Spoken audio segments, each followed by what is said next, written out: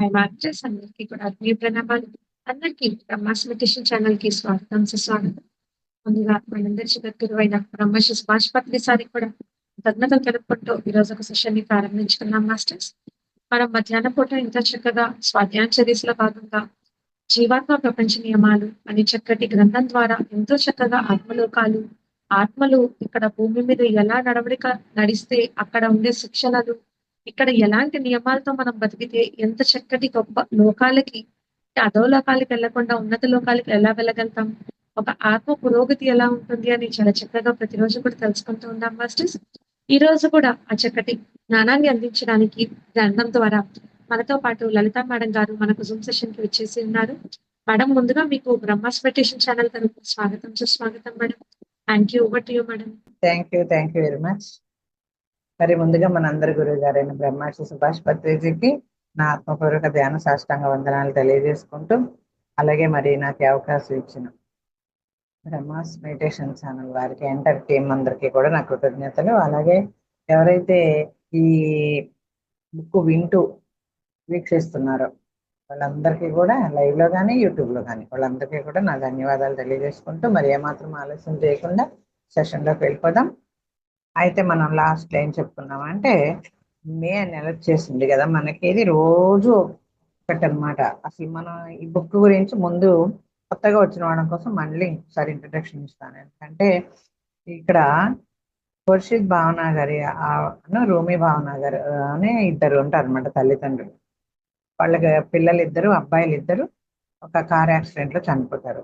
వాళ్ళ పేరు విస్పి రతు. వాళ్ళు 1980లో చనిపోతే వాళ్ళ తండ్రుల్ని ధ్యానంలోకి రావడము, వాళ్ళు చెప్పింది వినడము, ఆ ధ్యానం చేయించి వాళ్ళని సిద్ధపరిచి లోక కళ్యాణం కోసం ఈ బుక్ రాయడానికి వచ్చారు మీరని చెప్పి ఇవన్నీ చేయడానికి 1 year పట్టింది వాళ్ళకి. వాళ్ళ అమ్మగారి బుక్ రాశారనమాట. దీని పేరు జీవాత్మ ప్రపంచ నియమాలు. ఏప్రిల్ 14 నుంచి స్టార్ట్ అవుతుంది, 1981. అయితే 14 నుంచి మనం మే నెల కూడా వచ్చేసాం అనమాట. మే నెలలో ప్రతిరోజు వాళ్ళు సూర్యోదయం నుంచి సూర్యాస్తమయం లోపు మాట్లాడతారనమాట వాళ్ళ అబ్బాయిలతోటి. ఇక్కడ ఇంత స్పష్టంగా ఇచ్చారు. అయితే మనం నిన్న కొందరు చిన్నప్పుడే ఎందుకు చనిపోతారని దాని గురించి చెప్పుకున్నాం. మే 10వ తారీఖు, ఈ రోజు మే 11 వచ్చేసాం మనము. 1981 సంవత్సరం మే 11 అనమాట. ఇదేంటంటే చెడు ఆత్మలు సదాత్మలను దారి తప్పిస్తాయి అట. ఈ హెడ్డింగ్ పేరు చెడు ఆత్మలు సదాత్మలను దారి తప్పిస్తాయి. చెడు ఆత్మలు అంటే పాపాలు చేసేవాళ్ళు, సదాత్మలు అంటే మంచి పనులు చేసేవారు అనమాట. చెడ్డ పనులు చేసేవాళ్ళని చెడు ఆత్మలు అన్నారు ఇక్కడ, మంచి పనులు చేసేవాళ్ళని సదాత్మలు అన్నారు. అదే పాపం పుణ్యం ఇక్కడ లెక్కలోకి రాదనమాట. పాపం కోసం పుణ్యం కోసం చేసిన వాళ్ళు ఎట్లా ఉంటారు అంతా కూడా చాలా వివరించి చెప్తున్నారు వీళ్ళు. చాలా సదాత్మలు చెడు ఆత్మల ప్రభావానికి, మీ భూలోకంలోని చెడు మార్గాల ప్రభావానికి లోనై తప్పుదారిలో వెళ్ళాయి. చూడండి, చాలా సదాత్మలు అంటే మంచి పనులు చేసేవాళ్ళు ఏమయ్యారంట? చెడు ఆత్మల ప్రభావానికి లోనయ్యారంట. ఎక్కడ? మీ భూలోకంలో అని చెప్తున్నారు. మీ భూలోకంలోని చెడు మార్గాల ప్రభావానికి లోనయ్యి తప్పుదారిలో వెళ్ళాయి. చూసారా? అందుకే ఎవరైనా సరే, ఎలాంటి రకాలైనా సరే, ఎలా ఉన్నా సరే, మనమంతా వాళ్ళ ప్రభావానికి లోను కావద్దు. వాళ్ళు బలవంతంగా, అది మన తయారు కావచ్చు, ఆడపడుచు కావచ్చు, భర్త కావచ్చు, ఇంటి పక్కింటి వాళ్ళు కావచ్చు, ఎవరైనా కావచ్చు, మనల్ని చెడు మార్గంలోకి రావడం అంటే ఏంటంటే చిన్న చిన్న ఇష్యూస్ ఉంటాయి. నేను ఉదాహరణగా చెప్తున్నాను ఇది ఇక్కడ. ఇది ఎందుకంటే ఉదాహరణలతో సహా చెప్పుకోవాలి. ఇది కథలు కూడా ఇచ్చారు ఇందులో. వాళ్ళకి తెలిసిన వాళ్ళ జీవితాల కథలు కూడా చెప్తున్నారు ఇక్కడ. ముందు తెలుసుకుంటాం. ఏంటంటే వాళ్ళు చెడాత్మలు. భూలోకంలో ఏంటంటే చెడాత్మలే మంచాత్మలే మనకు తెలియదంట. వాళ్ళు ఏంటంటే చెడాత్మలు ఏం చేస్తాయంటే ఏదో ఒక గొడవని సృష్టించి మనం మంచిగా ఉన్న వాళ్ళం కూడా మాయలో అజ్ఞానంలో పడిపోయి వాళ్ళ చెడు ప్రవాహానికి లోనైపోయి మనం కూడా అరిచేస్తూ ఉంటాం అనమాట. ఎనర్జీని వేస్ట్ చేసుకుంటాం. మంచి మార్గంలో ఉంటాం, మన ధ్యానం ఏదో మనమేదో అన్నట్టు ఉంటాం. కానీ ఒకసారి పరిస్థితులు ఎలా ఉంటాయంటే చాలా దారుణంగా ఉంటాయి. అవి మనందరికీ తెలుసు. నేను ఇంతకన్నా వివరించక్కర్లేదు. మన ఇంట్లో జరగచ్చు, మన పక్కింటి వాళ్ళ జరగచ్చు, ఎలాగైనా జరగవచ్చు. ఏ రకాలైన పరిస్థితులైనా రావచ్చు. గుర్తుపెట్టుకోండి మై డియర్ ఫ్రెండ్స్. కాబట్టి వాళ్ళ ప్రభావానికంట మనం లోను కావద్దంట. అది ఇక్కడ ఇలా చెప్తున్నారనమాట. చాలా సదాత్మలు చెడాత్మల ప్రభావానికి మీ భూలోకంలోని రెండు చెడు మార్గాల ప్రభావానికి మీ భూలోకంలోని చెడు మార్గాల ప్రభావానికి లోనే తప్పుదారిలో వెళ్ళాయి. అప్పుడంతా మనం బూడిదల కోసం పన్నీర్ అయిపోద్ది కదా, వాళ్ళ ప్రభావానికి లోనైపోయి మనం కూడా వాళ్ళలాగా అయిపోతాం అనమాట. అదే వాళ్ళకి కావాల్సింది, మంచిగా ఉండే వాళ్ళని కూడా ఉండనివ్వట. కాబట్టి తస్మాత్ జాగ్రత్త అని చెప్తున్నారు వీళ్ళు ఇక్కడ. ఇంకా భూలోకంలోని వారు ఆత్మలోకంలో ఉన్న మేము మీ లోకంలో పరిస్థితిని అర్థం చేసుకోగలము. ఇంకేం చెప్తున్నారంటే, ఇంకా భూలోకంలోని వారు ఏది తప్పో ఏది ఒప్పో తెలుసుకోవాలని సమయం వచ్చేసింది. ఇప్పుడు దాకా ఏదో నడిచింది, ఫాస్ట్ ఇంత సినిమాలో రజనీకాంత్ చెప్పినట్టు అట్లా ఇంక ఇప్పుడు దాకా అయిపోయిన దాని గురించి మనకొద్దు, ఇప్పుడు జరగబోయేది జాగ్రత్తగా ఉండండి అని చెప్తున్నారు. ఇక భూలోకంలోని వారు ఏది తప్పో ఏది ఒప్పో తెలుసుకోవాల్సిన సమయం వచ్చేసిందంట. తస్మాత్ జాగ్రత్త. ఆత్మలోకంలో ఉన్న మేము మీ లోకంలో మీ పరిస్థితిని అర్థం చేసుకోగలం. చెడు మీ లోకాన్ని ఎంతగా ప్రభావితం చేసిందంటే సరైన దారిలో వెళ్ళడం మీకు చాలా కష్టం అనిపిస్తుందని చెప్తున్నారు. అంత ప్రభావం ఉందట భూమి మీద ఇప్పుడు. ఏ తప్పు తప్పు ఏంటని ఎంచుకునే టైం కూడా అయిపోయిందంట, ఇప్పుడు ఆ సమయం కూడా మించిపోయింది. కాబట్టి ఎంత ఎలా ఉందంట, ఆ మన పరిస్థితిని వాళ్ళు పాపం అర్థం చేసుకుంటున్నారట పైనుంచి. చెడు మీ లోకాన్ని ఎంతగా ప్రభావం చేసిందంటే ప్రభావితము సరైన దారిలో వెళ్ళడం మీకు చాలా కష్టం అనిపిస్తుందంట. చూడండి ఎంత కష్టం అని చెప్తున్నారు వాళ్ళు. దైవికమైన సన్మార్గంలో నడిస్తే కష్టపడవలసి వస్తుందని తెలిసిన ఎంతో మంది ఉన్నారు. చూడండి, ఉదాహరణకి మనం సినిమాలో ఆ సినిమాల గురించి చెప్తుందని అనుకోవద్దు, ఎందుకంటే అలా చెప్తే మీకు తొందరగా అర్థమవుతుందని చెప్తున్నాను. ఇది చాలా టఫ్ సబ్జెక్ట్ అన్నమాట. ఏంటంటే ఇప్పుడు భక్త కన్నప్ప ఉన్నాడు. ఎట్లా ఉండేవాడు, దేవుణ్ణి తిట్టుకుంటూ, దేవుడు అంటే ఇష్టం లేదని వేటాడుతూ ఉండేవాడు. అది పాపమని కూడా అతనికి తెలియదు. అతను తర్వాత భక్తుడిగా మారాక ఎంత ఆవేదన పడ్డాడు, ఎంత కష్టపడ్డాడు. మొన్న వచ్చిన మంజునాథ సినిమా తీసుకోండి, శివుడిని తిడతా ఉంటాడు కదా, మరి భక్తుడిగా మారాక ఎలా ఉంది? అలా ఉంటది అనమాట ఇక్కడ. ఎలా ఏం చెప్తున్నా అంటే, దైవిక మార్గంలో దైవికమైన సన్మార్గంలో నడిస్తే కష్టపడవలసి వస్తుందని తెలిసిన వాళ్ళు ఎంతో మంది ఉన్నారట. తెలిసిన వాళ్ళు, వాళ్ళకి తెలుసు కూడా దైవిక మార్గంలో ఉంటే కష్టపడాల్సి వస్తుందని తెలిసిన వాళ్ళు అయిన వారు సన్మార్గాన్ని ఆచరిస్తారంట. చూడండి, వాళ్ళు తెలిసినా కూడా సరే ఏంటంటే కష్టపడుతూ ఉంటారు. వాళ్ళు ఇద్దరి వల్ల కష్టపడుతుంటారు, కానీ తమ లక్ష్య సాధన వైపు సాగిపోతుంటారు. అయినా సరే కష్టపడినా పర్వాలేదు, నేను సన్మార్గంలోనే ఉండాము అని అనుకుంటారంట. వాళ్ళు అందులోనే ఉండాలి అని. అయితే ఇంకా ఏం చెప్తున్నారంటే ఇక్కడ, ఆ కష్టపడాల్సి వస్తుంది తెలిసిన వాళ్ళు కూడా ఎంతోమంది ఉన్నా కూడా సన్మార్గాన్ని అనుసరిస్తారట. ఇది వాళ్ళ యొక్క గొప్పతనము. అది ఎవరికి అర్థం కాదు, ఆ దైవానికి తప్ప. ఇక్కడ ఎంత మంచిగా ఉన్నా సరే మంచితనాన్ని అలుసుగా తీసుకునే వాళ్ళే ఉంటారు. కానీ ఆ భగవంతుడికి తెలుసు వీళ్ళు ఎంత కష్టపడుతున్నారో, ఎంత ఆవేదన పడుతున్నారో అనేది. కాబట్టి వాళ్ళ ప్రభావానికి గురి కావద్దు అని చెప్తున్నారు అనమాట. దైవికమైన సన్మార్గంలో నడవాలనుకునే సదాత్మలు కూడా కొన్ని ఉన్నాయి. దైవికమైన సన్మార్గంలో నడవాలనుకునే సదాత్మలు అంటే మంచి ఆత్మలు కూడా కొన్ని ఉన్నాయి. దుష్టాత్మలు, చెడు ఆత్మలు తమపై ప్రతీకారం తీర్చుకుంటారని, వేధిస్తాయని, హాని చేస్తాయని భయపడి వీరు సన్మార్గానికి దూరంగా ఉంటారంట. చూడండి, తెలిసి కూడా ఎందుకు వచ్చిన గొడవలే, వీళ్ళందరూ మన మీద దాడి చేస్తారు, ఈ చెడాత్మలు అందరూ ఎందుకు వచ్చిన గొడవని సన్మార్గం గురించి తెలిసినా కూడా దూరంగా ఉంటారట కొంతమంది. పిరికి వాళ్ళ కింద లెక్క కట్టచ్చు మన వాళ్ళని. కాబట్టి పిరికితనం ఉండద్దు, ధైర్యం ఉండాలన్నమాట మనిషికి. ఈ ఆత్మలు తెలుసుకోవాల్సిన విషయం ఏంటంటే, చూడండి ఎందుకు వచ్చిన గొడవ, వీళ్ళు చెడాత్మలతో ఈ బాధ ఎందుకు మనకి ఆ అనేసి ఆ ప్రతీకారం తీర్చుకుంటాయి, వేధిస్తాయి, హాని చేస్తాయని భయపడి. చూసారా ఇక్కడ భయపడి అని చెప్తున్నారు, దీన్ని అండర్లైన్ చేసుకోవాలి. భయపడి సన్మార్గానికి దూరంగా ఉంటారు. భయమే శత్రువు అని మన అందరికీ తెలిసిన విషయమే. పత్రిసారి మరీ మరీ చెప్పారు మనకి, దేనికి భయపడద్దు, అభయము, భయం నుంచి అభయంలోకి రావాలని. ఆత్మలోని శాంతము, ఆత్మలోని అభయమే కదా మనకు నేర్పించారు. అలా అన్నమాట. కొంతమంది ఏంటంటే భయపడి అంటే సన్మార్గానికి దూరంగా ఉంటారట. ఈ ఆత్మలు తెలుసు అంటే భయపడవలసిన మంచి వాళ్ళే, కానీ భయపడుతూ ఉంటారు. ఈ ఆత్మలు తెలుసుకోవాల్సిన విషయం ఇక్కడ చెప్తున్నారు. భూలోకంలోని దుష్ట వ్యక్తి చేతిలో అనుభవించే ప్రతీకారం, హానిలను నిమ్నావరణలో ఉండే స్థితితో పోలిస్తే చాలా పెద్ద బాధ అనిపించదు. చూసారా, చెడు ఉన్నా కూడా చెప్పకుండా ఎందుకులే అని చూస్తూ ఊరుకోకూడదు. మనకి పురాణ గాథలు తీసుకున్నా కూడా కర్ణుడు, భీష్ముడు వీళ్ళందరూ చూడండి, దుర్యోధనుడు చేసేది అంత తప్పని తెలుసు చూస్తూ ఊరుకున్నారు ఎందుకులే అని. వాళ్ళందరూ సదాత్మలే, కానీ అట్లా ఊరుకోవద్దు అంటున్నారు. అక్కడ అలాంటి వాళ్ళట ఏం జరుగుద్దో చెప్తున్నారు ఇక్కడ. ఇక్కడ ఎందుకులే అని ఊరుకుంటారు, కానీ అక్కడ నిమ్నావరణల గురించి లాస్ట్ మనం చెప్పుకున్నాం కదా ఇప్పుడు దాకా. ఎలా ఉంటాయి నిమ్నావరణలు? చీకటిగా అంధకారంలో బండల మీద పాక్కుంటూ అక్కడ పడే కష్టం కన్నా ఇక్కడ ధైర్యంగా ఉండాలి అని చెప్తున్నారు. అలాంటి భయపడి దూరంగా ఉండే ఆత్మలకి వీళ్ళు ఇచ్చే సలహా అన్నమాట.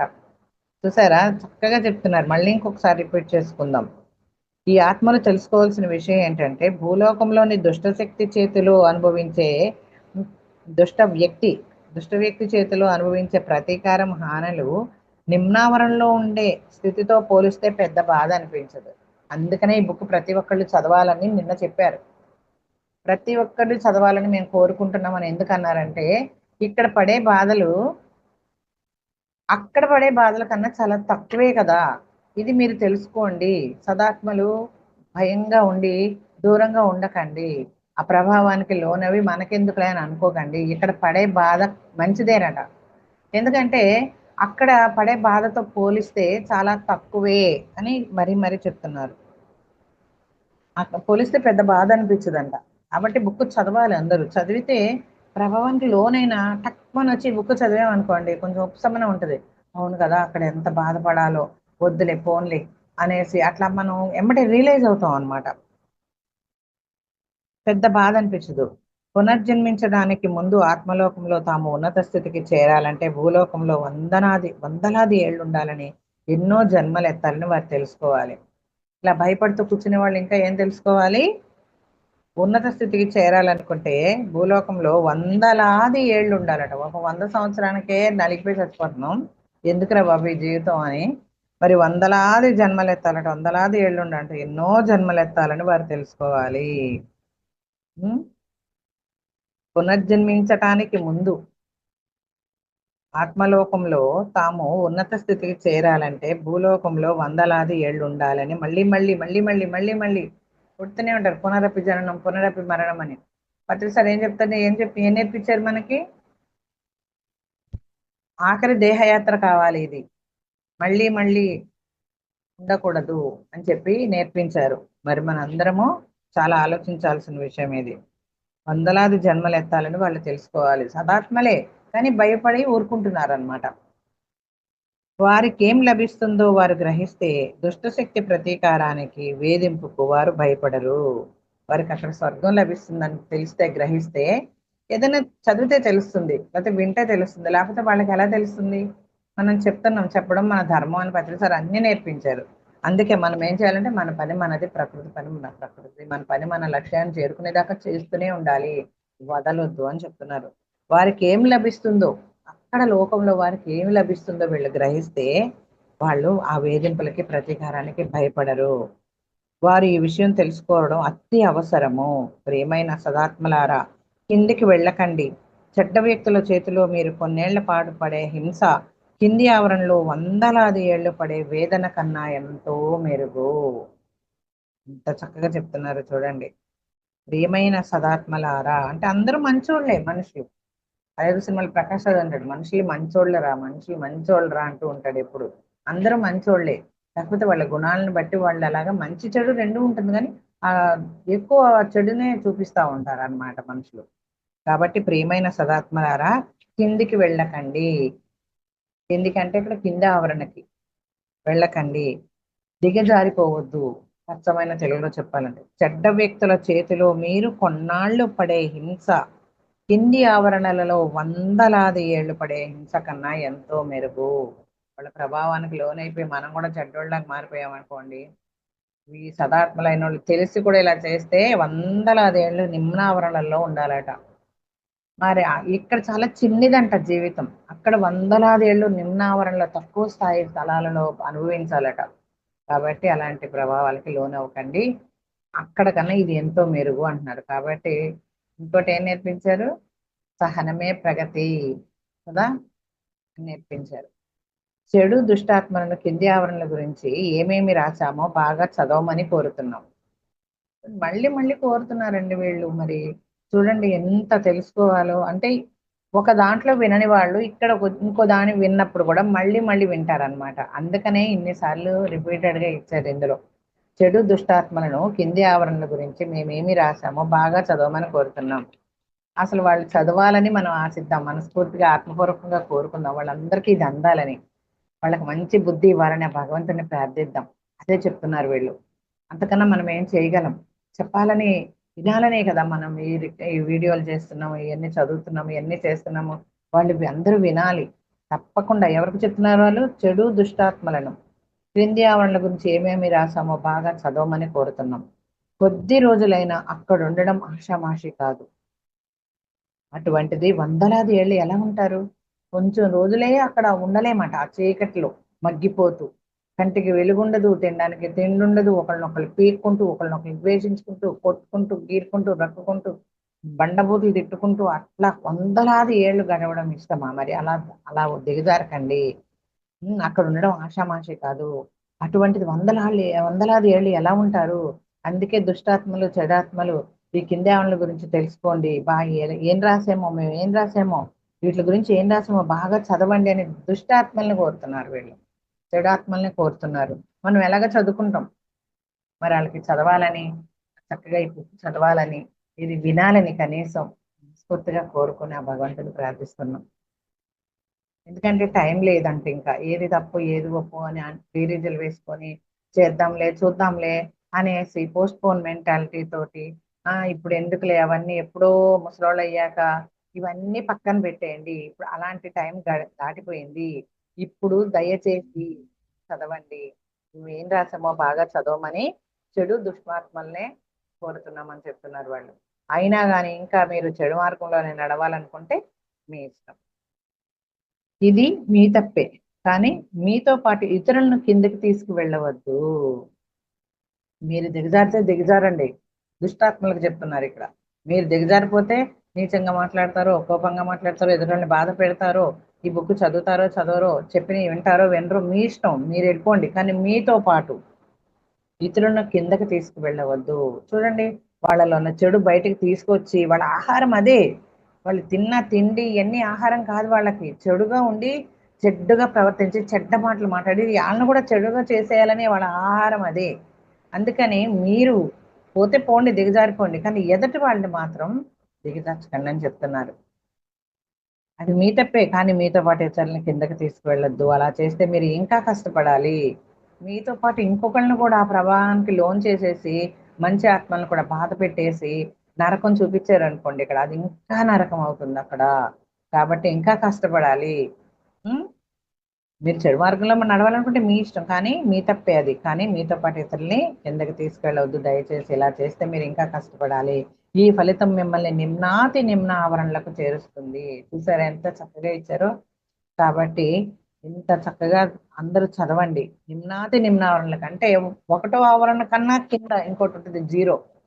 ఇంత ఘోరంగా ఉంటుందంటే ఆ జీరో ఆవరణ. ఒకటో ఆవరణ మొదలయ్యాక ముందు ఇంకోటి నిమ్నాతి నిమ్న ఆవరణ అంటే అదే. అక్కడికి వెళ్ళిపోవాల్సి వస్తుందంట. మీరు వెళ్తే ఓకే, మీతో పాటు ఇతరులను కూడా ఆ ప్రభావానికి లోన్ చేస్తే మాత్రం నిమ్నాతి నిమ్న ఆవరణలకు వెళ్ళిపోవాలి. దయచేసి అబ్బాయి ఎంతమంది చదవాలా ఈ బుక్, ఎంతమంది చదవాలో. నిమ్న అందుకనే ఇంకా కష్టపడాలి. మీ స్వార్థపూరితమైన ఉద్దేశాల కోసం ఇతరుల్ని బాధ పెట్టకూడదు. ఇది అండర్లైన్ చేసుకోవాల్సిన విషయం. మీ స్వార్థపూరిత ఉద్దేశాల కోసం ఇక్కడ అంతా అదే కదండి జరుగుతుంది భూమి మీద. ఎవరి స్వార్థం వాళ్ళదే ఈ రోజుల్లో. అందుకే ఈ రోజుల్లో ఇప్పుడే వచ్చింది ఈ బుక్. ఎప్పుడు వెలుగులోకి రావాలో, ఏది వెలుగులోకి ఎప్పుడు రావాలో అప్పుడే వస్తుంది. చూడండి, మీ స్వార్థపూరిత కానీ నిమ్నాతి నిమ్నావరణలోకి వెళ్లాల్సి వస్తుంది. కాబట్టి మీ స్వార్థపూరిత ఉద్దేశాల కోసం ఇతరులను బాధ పెట్టకూడదు. దుష్టాత్మలు, చెడు ఆత్మలు బాగుపడడానికి ప్రయత్నించాలి. నిజాయితీగా పశ్చాత్తాపడాలి. ఇప్పటికైనా పశ్చాత్తాపడండి అంటున్నారు వాళ్ళు. లేని పక్షంలో అన్నిటికన్నా కింది ఆవరణ ద్వారాలు వారి కోసం బార్లా తెలిసి ఉన్నాయంటండి. వాళ్ళ ఇష్టం అది. బాగుపడతారో పశ్చాత్తాపడతారో, లేదా ఇంకా బాధ పెడుతూనే ఉంటారో, మరి వాళ్ళతో పాటు ఇంకొకరిని కూడా ప్రభావానికి లోన్ చేసి వాళ్ళని కూడా తీసుకుపోతారు. అది ఇంకా ఇంకా ఇంకా ఇంకా ఘోరమైన శిక్ష అని చెప్తున్నారు.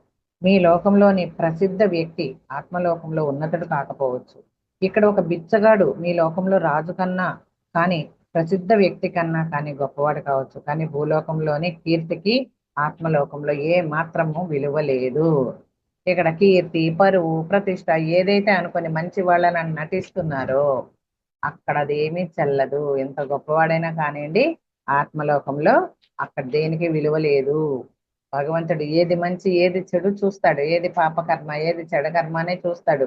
అంతేగాని ఎందులోనూ జోక్యం కలిగించుకోడు. నాయన నువ్వు ఇలా చూస్తున్నావు, ఇలా చెయ్యరా అని ఏ కల్లో వచ్చి ఏ గురువు చెప్పడం దగ్గరున్న ఏ మార్గం చూపించి వదిలేస్తారు అంతే. మనం పశ్చాత్తాపడితే అప్పుడు హెల్ప్ చేయడానికి సిద్ధంగా ఉంటాడు భగవంతుడైన గురువైన. ఇది మాత్రం అండర్లైన్ చేసుకోవాలి. భూలోకంలో కొన్నాళ్ల పాటు వచ్చే కీర్తిని ఆస్వాదించడం కోసం భయంకరమైన నిమ్న ఆవరణలలో అంధకారంలో వందలాది ఏళ్లుగా మగ్గిపోవటానికి ఎవ్వరూ సిద్ధంగా ఉండరని మా విశ్వాసం. ఇతరుల ఆత్మలను కింది ఆవరణలకు లాక్కు రాకుండా మీరు ఇతర ఆత్మలను కూడా పైకి తీసుకువెళ్ళడానికి ప్రయత్నించండి. అందరికీ చెప్పండి అన్నమాట దీని అర్థం. వారిని కిందకి తెస్తే వారికన్నా మీరెక్కువ బాధలు అనుభవిస్తారు. మీరు కిందకి తెచ్చిన ఆత్మ కూడా బాధపడుతుంది. కానీ అంటే ఒకళ్ళని బాధ పెట్టడం ఎందుకు, నీ బాధ ఏదో నువ్వు పడు, ఇంకొకరిని బాధ పెట్టే హక్కు నీకు ఎక్కడిది, అది ఇది ఇక్కడ చెప్తున్నారనమాట. కానీ మీకున్న తక్కువ, మీకన్నా తక్కువ బాధపడుతుంది. చూడండి, వారిని కిందకి తెస్తే వారికన్నా మీరు ఎక్కువ బాధలు అనిపిస్తారు. మీరు కిందకి తెచ్చిన ఆత్మ కూడా బాధపడుతుంది, కానీ మీకన్నా తక్కువ బాధపడుతుందట. మీతో వచ్చిన మీరు తీసుకొస్తారు కదా, మీరు దిగజారడంతో పాటు వాళ్ళని కూడా దిగజారుస్తారు కదా, మీకే ఎక్కువ బాధ ఉంటుంది, మీకన్నా తక్కువ బాధ ఉంటుంది వాళ్ళకి. ఎందుకంటే వాళ్ళంతటా వాళ్ళై రాలేదు, మీ ప్రభావానికి లోనయ్యి బలవంతంగా తీసుకురాబడ్డారు కాబట్టి తక్కువ అనుభవిస్తారట బాధ. మా సలహాని మార్గదర్శకత్వాన్ని పాటించడం కానీ నిర్లక్ష్యం చేయడం కానీ మీ ఇష్టం. మన ఇష్టానికే వదిలేశారు వాళ్ళు. అందుకని ఏం చెప్తారు పాపం, చెప్తున్నారు అంతే. అందుకే ప్రతిసారి చెప్పడం మీ ధర్మం, చెప్పకపోతే మీ కర్మ. ఊరికే చెప్పలే ప్రతిసారి ఎన్ని చెప్పారు చూడండి. అసలు ఇది చదువుతుంటే ప్రతిసారి పక్క నుండి చదివిస్తున్నారా అనిపిస్తుంది, మళ్ళీ మళ్ళీ గుర్తు చేస్తున్నారా మనకి అనిపిస్తుంది నాకైతే. చూడండి ఎన్ని ఇయే కదండి వాళ్ళు చెప్పారు. చెప్పండి చెప్పండి చెప్పండి, వాళ్ళు వింటారా వినరా మీకు అనవసరం, చెప్పండి. చెప్పడం మీ ధర్మం, చెప్పకపోతే మీ కర్మ అంటున్నారు. అదే ఇక్కడ ఉంది, నిర్లక్ష్యం చేయడం కానీ మీ ఇష్టం అని చెప్తున్నారు. చెప్పడమే మన ధర్మం అనమాట. ఇంకా ఇప్పుడు మనం ఏం చేస్తాం అంటే మే నెల 12వ తారీఖు వచ్చేసాం. మనస్సును నియంత్రించుకోండి అని చెప్తున్నారు. మీ భౌతిక శరీరం వల్ల భూలోకంలో మీ ఇంద్రియాల శక్తి తగ్గింది. మన ఇంద్రియాల శక్తి తగ్గడానికి కారణం ఏంటి, తగ్గిపోవడానికి మన భౌతిక శరీరమేనట. ఆధ్యాత్మికతకు భౌతిక శరీరం అవరోధము. మీ ఆత్మకు ఆత్మలోకానికి మధ్య ఉండే గోడ. మనము ఆత్మలోకంలో బాగానే ఉంటాము, అక్కడ అన్నీ తెలుస్తాయి, కింద ఎలా ఉండాలి ఎలా ఉండకూడదు. కానీ ఇక్కడ వచ్చాక శరీరం తీసుకొని వచ్చిన తర్వాత ఈ శరీరమే ఒక అడ్డుగోడలా ఉండిపోతుందంట. ఈ శరీరమే ఆధ్యాత్మికానికి అడ్డుగోడ అని చెప్తున్నారు. అందుకనే ధ్యానం చేసి, ఈ శరీరమే కావాలి మళ్ళీ ధ్యానం చేయడానికి, కూర్చోడానికి, మనసు నిగ్రహించుకోవడానికి శరీరమే అవసరము. శరీరం కాదు, మనం ఆత్మలే, కానీ శరీరమే అవసరము. కాబట్టి శరీరమే అవరోధము. ఇది ఒక గోడ, ఆత్మలోకానికి, మన ఆత్మకు ఆత్మలోకానికి ఉండే గోడట ఈ శరీరం. ఇదే అతిపెద్ద అవరోధము. ఈ శరీరమే అతిపెద్ద అవరోధము. మీ ఆత్మకు ఎన్నో సమస్యలు తెచ్చిపెడుతుంది. అసూయ, ద్వేషం, కపటం, హిపోక్రసీ, భంగపాటు, ప్రతీకారం, అనారోగ్యం, నొప్పులు, శరీర బాధలు, వీటి నుంచి మీకు విముక్తి ఉండదు. ఎందుకంటే శరీరం ద్వారానే మనం అన్ని చేస్తాం, చేయాల్సింది చేయకూడని చెడ్డయి మంచి అన్ని. కాబట్టి దీన్ని మీకు విముక్తి ఉండదు. భౌతిక శరీరం ఒక జైలు, మీ ఆత్మ ఖైదీ. చూడండి, జైలుతో పోల్చారు ఈ శరీరాన్ని. మీ ఆత్మ ఖైదీ అయిపోయింది. ఇవన్నీ ఉన్నాయి కదా మరి, ఈర్ష, అసూయ, ద్వేషం, కుళ్ళు, కపటం, ప్రతీకారం, ఇవన్నీ ఉన్న ఆత్మలో బంధించబడింది అనమాట. ఇవన్నీ ఉన్న కటకటాలు అనమాట. ఈ శరీరమని జైలుతో పోల్చారు. కాబట్టి మీ ఆత్మ ఖైదీ. భూలోకంలోని వ్యక్తి ఈ ప్రతికూల భావాల నుంచి విముక్తి పొందడం కష్టము. భూలోకంలో ఉన్న వ్యక్తి ఈ ప్రతికూల భావాల నుంచి విముక్తి పొందడము కష్టము. మీరు చాలా పెద్ద స్థాయిలో ఉంటే, మీ ఉపచేతనాత్మక మనసు సామాన్యుల మనసు కన్నా చాలా తెరుచుకొని ఉంటే తప్ప మీకు ఇది సాధ్యం కాదు. హై ఫ్రీక్వెన్సీలో ఉండాలి. చాలా పెద్ద అంటే ఇక్కడ అదనమాట. అలా ఉంటే తప్ప మీకు ఇది సాధ్యం కాదు భూలోకంలో ఉండడము ఈ శరీరంతో అని చెప్తున్నారు. మీకు నిజంగా ఉన్నత స్థాయిలో ఉండాలని కోరిక ఉంటే మీ భౌతిక మనసును నియంత్రించుకోగలరు. ప్రభావానికి లోను కావద్దని చెప్పారు కదా, అది మళ్ళీ ఇంకో రకంగా చెప్తున్నారు అనమాట ఇక్కడ. కాబట్టి మీకు ఉన్నత స్థాయిలో గనక ఉన్న స్థితి నుంచి ఉన్నత స్థాయికి వెళ్ళాలంటే కోరిక మీకు ఉంటే గనక మీ భౌతిక మనసులను నియంత్రించుకోగలరు. అది అదుపు తప్పకుండా నివారించగలరు. మీకు మంచి సంకల్ప శక్తి ఉంటే చెడు భావాలను నియంత్రించుకోగలరు. మన లక్ష్యం మీద మన దృష్టి ఉంటే గనక మన చెడు భావాలని మనం నియంత్రించుకోగలం. అప్పుడు మనం ఏ పాపాలు చేయము అని చెప్తున్నారు. ఇంకొకసారి రిపీట్ చేద్దాం, ఇది అండర్లైన్ చేసుకోవచ్చు. మీకు మంచి సంకల్ప శక్తి ఉంటే గనక, సంకల్ప శక్తి జయ జయ హో అన్నారు అందుకే, ఉంటే గనక చెడు భావాలను నియంత్రించుకోగలరు, పాపాలు చేయరు అని చెప్తున్నారు. ఇంకేం చెప్తున్నారంటే ఆరంభంలో ఇది ఇంత సులభం కాదు. స్టార్టింగ్ లో ఇప్పుడు చెప్పడము, రాయడము, చదవడము అంత ఈజీయే. కానీ అనుభవంలోకి వచ్చేసరికి ఎలా ఉంటుంది, ఆరంభంలో ఇది అంత సులభం కాదు. కానీ ఒకసారి మీరు దైవిక సన్మార్గంలో నడవడం ఆరంభిస్తే దానంతట అదే వస్తుంది. మనందరికీ ఇది అవగతమే కదండి. మంచి మార్గంలో ఉన్నప్పుడు ఏదనుకుంటే అది, ఏ సంకల్పించుకుంటే అది జరిగిపోతూ ఉంటుంది. పెరడు మాటలకే తెలిసి విషయం. మీరు ఎన్నడూ తప్పు చేయరు. ప్రియమైన పాఠకులారా, ముందుగా మీ చెడు ఆలోచనలు వీలైనంతగా నియంత్రించుకోవాలి. ఇలా చేయగలిగారంటే మీకు ఇలా ఉండడం సులువవుతుంది. తప్పు చేయడానికి ఇష్టపడరు. కొన్నిసార్లు చెడు ఆలోచనలు వస్తాయి, కానీ తక్షణమే వాటిని అర్థం చేసుకొని మిమ్మల్ని మీరు సవరించుకుంటారు. చెడు ఆలోచనలు ప్రయత్నపూర్వకంగా నియంత్రణలో ఉంచడానికి ఆరంభంలో బాగా ప్రయత్నించాలి.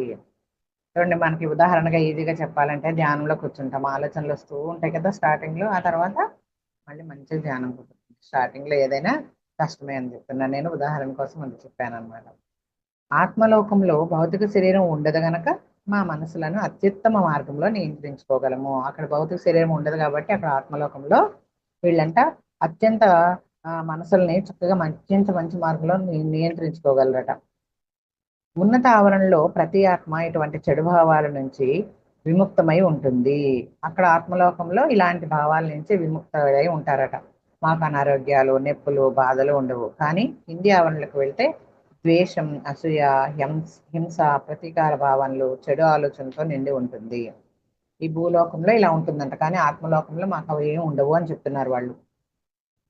ఈ ఆవరణలోని ఆత్మలు ఒక్కోసారి మనం ఊహించలేనంతగా పరస్పరం హాని చేసుకుంటాయి. వారి పాపాలకి, చెడు సంకల్పానికి అంతలేదు. ఇతరులకు హాని చేయడంలో వారికి ఆనందం.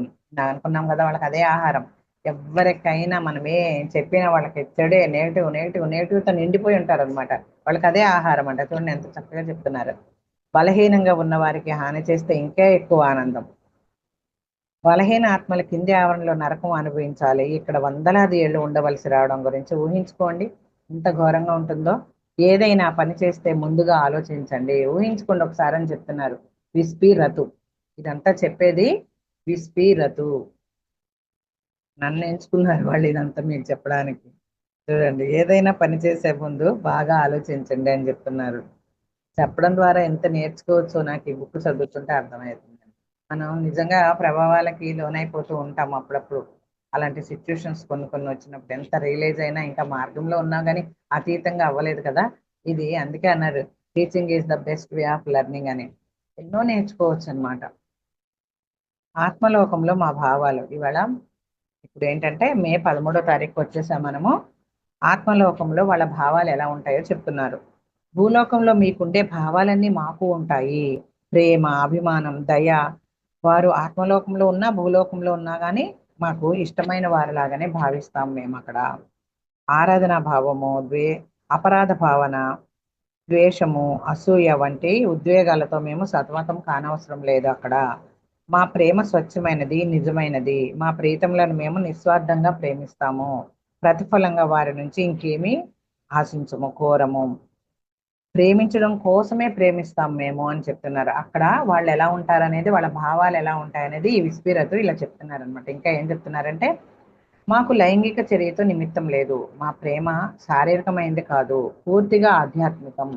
లైంగిక చర్య కోసం కానీ మరో బహుమతి కోసం కానీ మేము ఆశించము. అందువల్ల మేము ఎవరిని ప్రేమించినా నిజంగా, గాఢంగా, నిజాయితీగా, బాగా తీవ్రంగా ప్రేమిస్తాం.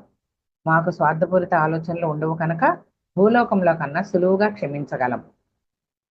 భూలోకంలో తొందరగా మర్చిపోలేము ఆ బాధని, క్షమించలేము. అక్కడ క్షమిస్తారట సులువుగా, ఎందుకంటే ఇవన్నీ అక్కడ ఉండవన్నమాట. కాబట్టి మేము సులువుగా క్షమించగలము, మేము ఎవరిని ద్వేషించలేము, ఉన్నత ఆవరణలో ఇలా జరగదు అని అక్కడ ఎలా ఉంటది అనేది వాళ్ళిద్దరూ ఆ లోకం గురించి చెప్తున్నారు. ఇంకా ఏం చెప్తున్నారంటే, ఇక్కడ మాకున్న ఎంతో అధికులను కలిసినా మాకు అసూయ కలగదు, అసూయకు బదులుగా వారంటే ఆరాధన కలుగుతుంది, వారిలా కావాలని మేము ప్రయత్నిస్తాము. భౌతిక శరీరాలను వీడినప్పుడు మా చెడు భావాలను వదిలేస్తాం, కానీ మంచి భావాలన్నీ మాతో పాటు ఆత్మలోకంలోకి వచ్చేస్తాయి. శరీరంతో పాటు ఇక్కడ ఒకవేళ ఏం చెప్తున్నారంటే వాళ్ళు, ఇలాంటివన్నీ అక్కడ మాకేముండదు, మాకన్నా ఉన్నతాస్తులను చూసి మాకు ఇంకా అసూయ కలగదు. ఇక్కడ నుండి కొంచెం డబ్బున్న వాళ్ళని చూసినా, మనకంటే ఎక్కువ చదువుకున్న వాళ్ళని చూసినా, మనకన్నా ఏలుగుల్లో ఎక్కువ చూసినా అసూయ ఉంటుంది, ఈర్ష్య కలుగుద్ది. అలాంటివన్నీ అక్కడ ఉండవంట. మేము కూడా అలా తయారైతే ఎంత బాగున్నాం అనుకుంటారట. కొన్నిసార్లు అవి మరింత ద్వేషపూరితంగా ప్రతీకార ఇచ్చ అసూయ కలిగి ఉంటాయి. ఏంటి ఎప్పుడు ఉంటాయంటే, వీళ్ళు శరీరాన్ని వదిలిపెట్టేసిన శరీరంతో పాటే అవన్నీ అక్కడ వదిలేస్తారట సదాత్మలు, ఇవన్నీ అక్కడికి తీసుకెళ్లారట. అయితే కింది ఆవరణలో వాళ్ళు ఏం చేస్తారంటే, కింది ఆవరణలో ఉండే ఆత్మలు భౌతిక శరీరాన్ని వీడినా కూడా భూలోకంలో ఉన్న చెడు భావాలు వాళ్ళని అంటిపెట్టుకునే ఉంటాయంట. సదాత్మలు ఏం చేస్తాయి, అవన్నీ ఇక్కడే వదిలేస్తాయి శరీరంతో పాటు.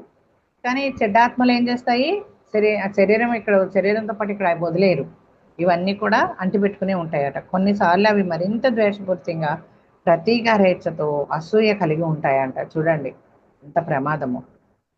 తాము ఇంత కింద అంధకార ఆవరణలో పడినందుకు దేవుడిని నిందిస్తూ ఉంటాయంట. పైగా ఇక్కడ మంచిగా ఉండరు, ఇక్కడ అన్ని చెడు భావాలన్నీ శరీరంతో వదిలి పెట్టకుండా అక్కడ తీసుకెళ్తారంట. ఆ నిమ్నావరణలో వెళ్ళిపోయినందుకు మళ్ళీ దేవుడిని నిందిస్తాయట. వాళ్ళు చేసుకున్నందుకే మేము అనుభవిస్తున్నామని పశ్చాత్తాపం అనేది కూడా ఉండదట ఆ చెడాత్మలకి. ఇక్కడ వీళ్ళు ఏం చెప్తున్నారంటే, ఒక స్టోరీ చెప్తున్నారనమాట. మనకి స్టోరీలు అంటే మనకి చాలా ఇష్టం కదా, ఏందాం అదేంటో. భూలోకంలో జనం అంట పైకి కనిపించినట్లుగా లోపల ఉండరు. నిజమే కదండి ఇది. జిమ్మి అనే కథ చెప్తున్నారు ఒక ఆయన కథ. ఈ హెడ్డింగ్ ఏంటంటే, భూలోకంలో జనం పైకి కనిపించినట్లుగా లోపల ఉండరు అని పెద్ద హెడ్డింగ్ పెట్టారు. ఇక్కడ డేట్ అయితే 13వ తారీఖే, మే 13. ఏం చెప్తున్నారంటే, ఈ విస్పీరత్ వాళ్ళకి తెలిసిన ఆయన కథ చెప్తున్నారు. ఎంత ఘోరాతి ఘోరంగా ఉంటుందో చూడండి ఈ జిమ్మి అనే ఆయన కథ. పైకి బాగానే ఉంటాడు, లోపల ఎంత నిమ్నావరణలోకి వెళ్ళిపోతాడంటే మనం చూద్దాం ఇదేంటో. మా స్నేహితుడు జిమ్మి అంకుల్ అన్నమాట. అంటే ఆయన పేద గౌరవంతో మేము పేరు మార్చాము అని చెప్తున్నారు. ఆయన పేరు వేరే ఉంటుంది, ఇక్కడ ఆయన పేరు మీద గౌరవంతో పేరు మార్చారట వీళ్ళు ఇక్కడ. ఆ జిమ్మి అంకుల్ కథ చెప్పాలనుకుంటున్నాం. భూలోకంలో ఉన్నప్పుడు ఆయన ఒక మంచి వక్త, అందగాడు, ఎవరికి హాని చేయని వాడుగా సదాత్మగా లోకానికి కల్పించేలా ఉండేవాడు. లోకానికి అలా కనిపించేవాడట. ఎంతో మందికి ఉద్యోగాలు, వస్త్రాలు, ఆహారం, ధనం ఇచ్చేవాడిలా మాకు కనిపించాడు. రోజు గంటల కొద్దీ ప్రార్థన చేసేవాడు. ఆయన భార్య పిల్లలు కూడా ఆయనలానే ఉండేవారు. ఆయన నిరంతరం తన భార్యను పొగుడుతూ ఉండేవాడు. ఆమె అందమైనది, తెలివి లేనిది. ఆయన పిల్లలు బట్టి కొట్టి పరీక్షలు పాస్ అయ్యేవారు. ఈ అందమైన తెలివి లేనిది ఎందుకనేది, అలాంటి ఆమెను ఎందుకు చేసుకున్నాడు అనేది మనం ముందు ముందు చదువుకుంటాం. ఆయన పిల్లలు బట్టి కొట్టి పరీక్షలు పాస్ అయ్యేవారు. ఆయనకు వాళ్ళ భవిష్యత్తుపై ఎన్నో ఆశలు. వాళ్ళ తెలివితేటలను మెచ్చుకునేవాడు తరచుగా. తండ్రిలానే కొడుకులు. ఆయన పిల్లలను కూడా తండ్రి అడుగుజాడల్లోనే నడిపించాడు. జనంతా వాడిని పొగిడారనమాట, జనం అందరూ. వాళ్ళు చాలా ధనవంతులు, పేరు ప్రతిష్టలు ఉన్నవారు, అందుకనే వారు నేరుగా స్వర్గానికి వెళ్తారని అందరూ అనుకునేవారట. వాళ్ళు మాకు బాగా తెలుసు. జిమ్మి అంకుల్ చనిపోయినప్పుడు మేము ఇంకా బతికే ఉన్నాం. ఈ విస్పి రతు చెప్తున్నారనమాట ఇదంతా ఆయన స్టోరీ, ఆయనకి తెలిసిన వాళ్ళ స్టోరీ. ఎందుకంటే ఒక ఉదాహరణగా ఈ స్టోరీ చెప్తున్నారు. ఇది స్టోరీ తెలుసుకునైనా మారతామేమో అని వాళ్ళు ఈ స్టోరీ చెప్తున్నారనమాట. అప్పుడు మేము ఇంకా బతికే ఉన్నాము, జిమ్మి అంకుల్ చనిపోయేటప్పుడు మేము ఇంకా బతికే ఉన్నాము అని చెప్తున్నారు. ఆయన ఆత్మకు శాంతి కలగాలని ప్రార్థించాం మేమందరం. ఆయన భార్యని పిల్లలను ఆయన స్వర్గానికి చేరి ఉంటాడని వాదార్చాం. ఆయన చాలా మంచోడు అంటే మీరు బాధపడకండి అని పిల్లల్ని ఆయన్ని వాదార్చారట. ఎవరు, విస్పీరతు. మేము ఎంత బుద్ధిహీనులమో అక్కడికి వెళ్ళాక తెలిసిందంట. మేము ఎంత బుద్ధిహీనులమో, భూలోకంలో ఒక ఆత్మని ఎవరు సరిగా అర్థం చేసుకోలేరు. మేము ఆత్మలోకంలోకి వచ్చిన కొన్నాళ్ళకు జిమ్మి అంకుల్ని జ్ఞాపకం చేసుకున్నాం, మా ఆవరణలో వేదికం. మేము 81లో మేము 6వ ఆవరణలో ఉన్నాం. 80లో చనిపోయారు కదా, అక్కడ ఇదంతా ప్రాసెస్ జరగడానికి 81 పట్టింది అనమాట. వాళ్ళు రావడానికి 81వ ఆవరణలోనే 6వ ఆవరణలోకి వెళ్ళిపోయారు, వాళ్ళు 6వ తలంలోకి. అక్కడ ఏమో ఆయన కనపడలేదంట. ఒకసారి ఎందుకో జిమ్మి అంకుల్ గుర్తొచ్చి మేము బతికుండగానే ఆయన చనిపోయాడు కదా, ఆరో ఆవరణలోకి వచ్చాం, మనము ఆరో ఆవరణలో ఉన్నాము ఇప్పుడు. అది 1981 అనమాట. వీళ్ళు చనిపోయిన తర్వాత ఆరో ఆవరణకే వచ్చేసారు డైరెక్ట్గా. వచ్చేసి అతన్ని ఎతుకుతున్నారట. జిమ్మి అంకుల్ అంత గొప్పోడు ఇంత గొప్పోడు అని అనుకున్నాం కదా, స్వర్గానికి వెళ్తారని ఆరో ఆవరణలో ఎక్కడైనా ఉన్నారేమో అని ఎతికితే ఎక్కడా కనపడలేదంట. ఆయన వంటి సదాత్మ అత్యున్నతమైన ఏడో ఆవరణలో ఉన్నారేమో అని చాలా సంతోషించారంట. ఆయనను ఆశ్చర్యపరచాలనుకున్నాం. అంటే సడన్ సర్ప్రైజ్ ఇద్దాము, అక్కడికి వెళ్ళి కలుసుకొని అనుకున్నారట. కాబట్టి మా ఆలోచనతో ఆయన్ని ముందు పిలవలేదు. అంటే తలుసుకోగానే వచ్చేస్తారు కదా టెలిపతి ద్వారా, అలా పిలవలేదట. ఆరో ఆవరణలో ఆయన కనిపించలేదు కనుక మా ఆలోచన ఏడో ఆవరణపై కేంద్రీకరించి జిమ్మి అంకుల్ మేము ఆత్మలోకంలో ఉన్నాం, ఆరో ఆవరణకు వచ్చి మమ్మల్ని కలవండి అని పిలిచాము. కానీ మాకు బదులు రాలేదు. టెలిపతి ద్వారా జిమ్మి అంకుల్ ఏడో ఆవరణలో ఉన్నారేమో, ఇక్కడ లేరు, మాకన్నా పైన ఆవరణలో ఉన్నారేమో అని. ఎందుకంటే ఆయన మంచి గొప్ప ఆత్మని, ఆయనకు ఆత్మశాంతి కలుగుద్దని అంతా అనుకున్నారు కదా, మేము ఎంత బుద్ధిహీనులమో అని చెప్తున్నారు వాళ్ళు. అలా అనుకున్నాం మేము, అక్కడ భూలోకంలో ఇవన్నీ తెలియదు, ఆత్మలోకంలో ఇలా ఉంటాయని మేము అంత బుద్ధిహీనులం అని చెప్తున్నారు వీళ్ళు. అప్పుడు ఏమని టెలిపతి ద్వారా ఏం పంపించారంట, అయితే ఈ ఆరో ఆవరణలో లేరు, మేము ఉన్న ఆవరణలో ఏడో తలంలో ఏమన్నా ఉన్నారేమో, జిమ్మి అంకుల్ మేము ఇక్కడికి వచ్చాము, ఆరో ఆవరణలో ఉన్నాము, మీరు వచ్చి మమ్మల్ని కలవండి అని టెలిపతి ద్వారా మెసేజ్ పంపించారట. కానీ మాకు బదులు రాలేదు. విస్పి ఆయన నిజంగా సదాత్మ కదా, ఏడో ఆవరణ దాటి ఉంటాడు అని అన్నాడంట. విస్పి అన్నాడంట రథతోటి, మరి ఆయన సదాత్మ కదా, ఏడో ఆవరణ కూడా దాటేసి ఇంకా పైన ఉన్నాడేమో అని అన్నాడట రథు. అయి ఉండొచ్చు, మనం ఉన్నత సదాత్మను అడుగుదాం అని చెప్పి విస్పి అన్నాడు అనమాట. సరే ఇలా అనుకోని వీళ్ళిద్దరూ ఏం చేశారు, ఆత్మలోకంలో కొత్తగా వచ్చాం కనుక ఆయన కోసం కింది ఆవరణలో వెతకాలని మాకు తెలియదు. ఆత్మలోకంలోకి 81లో అప్పుడే వచ్చారు కదా, రావడమే ఆరో ఆవరణలోకి వచ్చారు వీళ్ళు. కాబట్టి కొత్తగా వచ్చాం కాబట్టి కింద వెతకాలని వీళ్ళకి తెలియదు. అసలు కిందకి ఎప్పుడు వీళ్ళు వెళ్ళాల్సిన అవసరం రాలేదు, వెళ్ళలేదు. అందుకని కొత్తగా వచ్చాం కాబట్టి ఆత్మలోకంలోకి మాకు తెలియదు. మేము ఉన్నత సదాత్మ వద్దకు వెళ్ళి జిమ్మి అంకుల్ గురించి అడిగాము. దైవిక ఉన్నత సదాత్మ నవ్వుతూ, అక్కడ దైవిక ఉన్నత సదాత్మ అంటారనమాట వీళ్ళకన్నా పైనుండే సీనియర్ మాస్టర్ని. ఆయన అంటే నవ్వుతూ ఏమన్నాడంటే, ఆయన ఆరో ఆవరణలోను ఏడో ఆవరణలోనూ లేడు, కింది ఆవరణలకు వెళ్ళినప్పుడు అక్కడ ఆయన కోసం వెతకండి అన్నాడంట. ఇక్కడ ఆరో లేడు, ఏడులోనూ లేడు, కిందకి వెళ్ళినప్పుడు వెతకండి అనేసరికి ఆశ్చర్యపోయారట విస్పిరతి ఇద్దరు. అసాధ్యమయ్యా, ఆయన సదాత్మ, మాకన్నా ఎంతో మంచివాడు అని అన్నారట.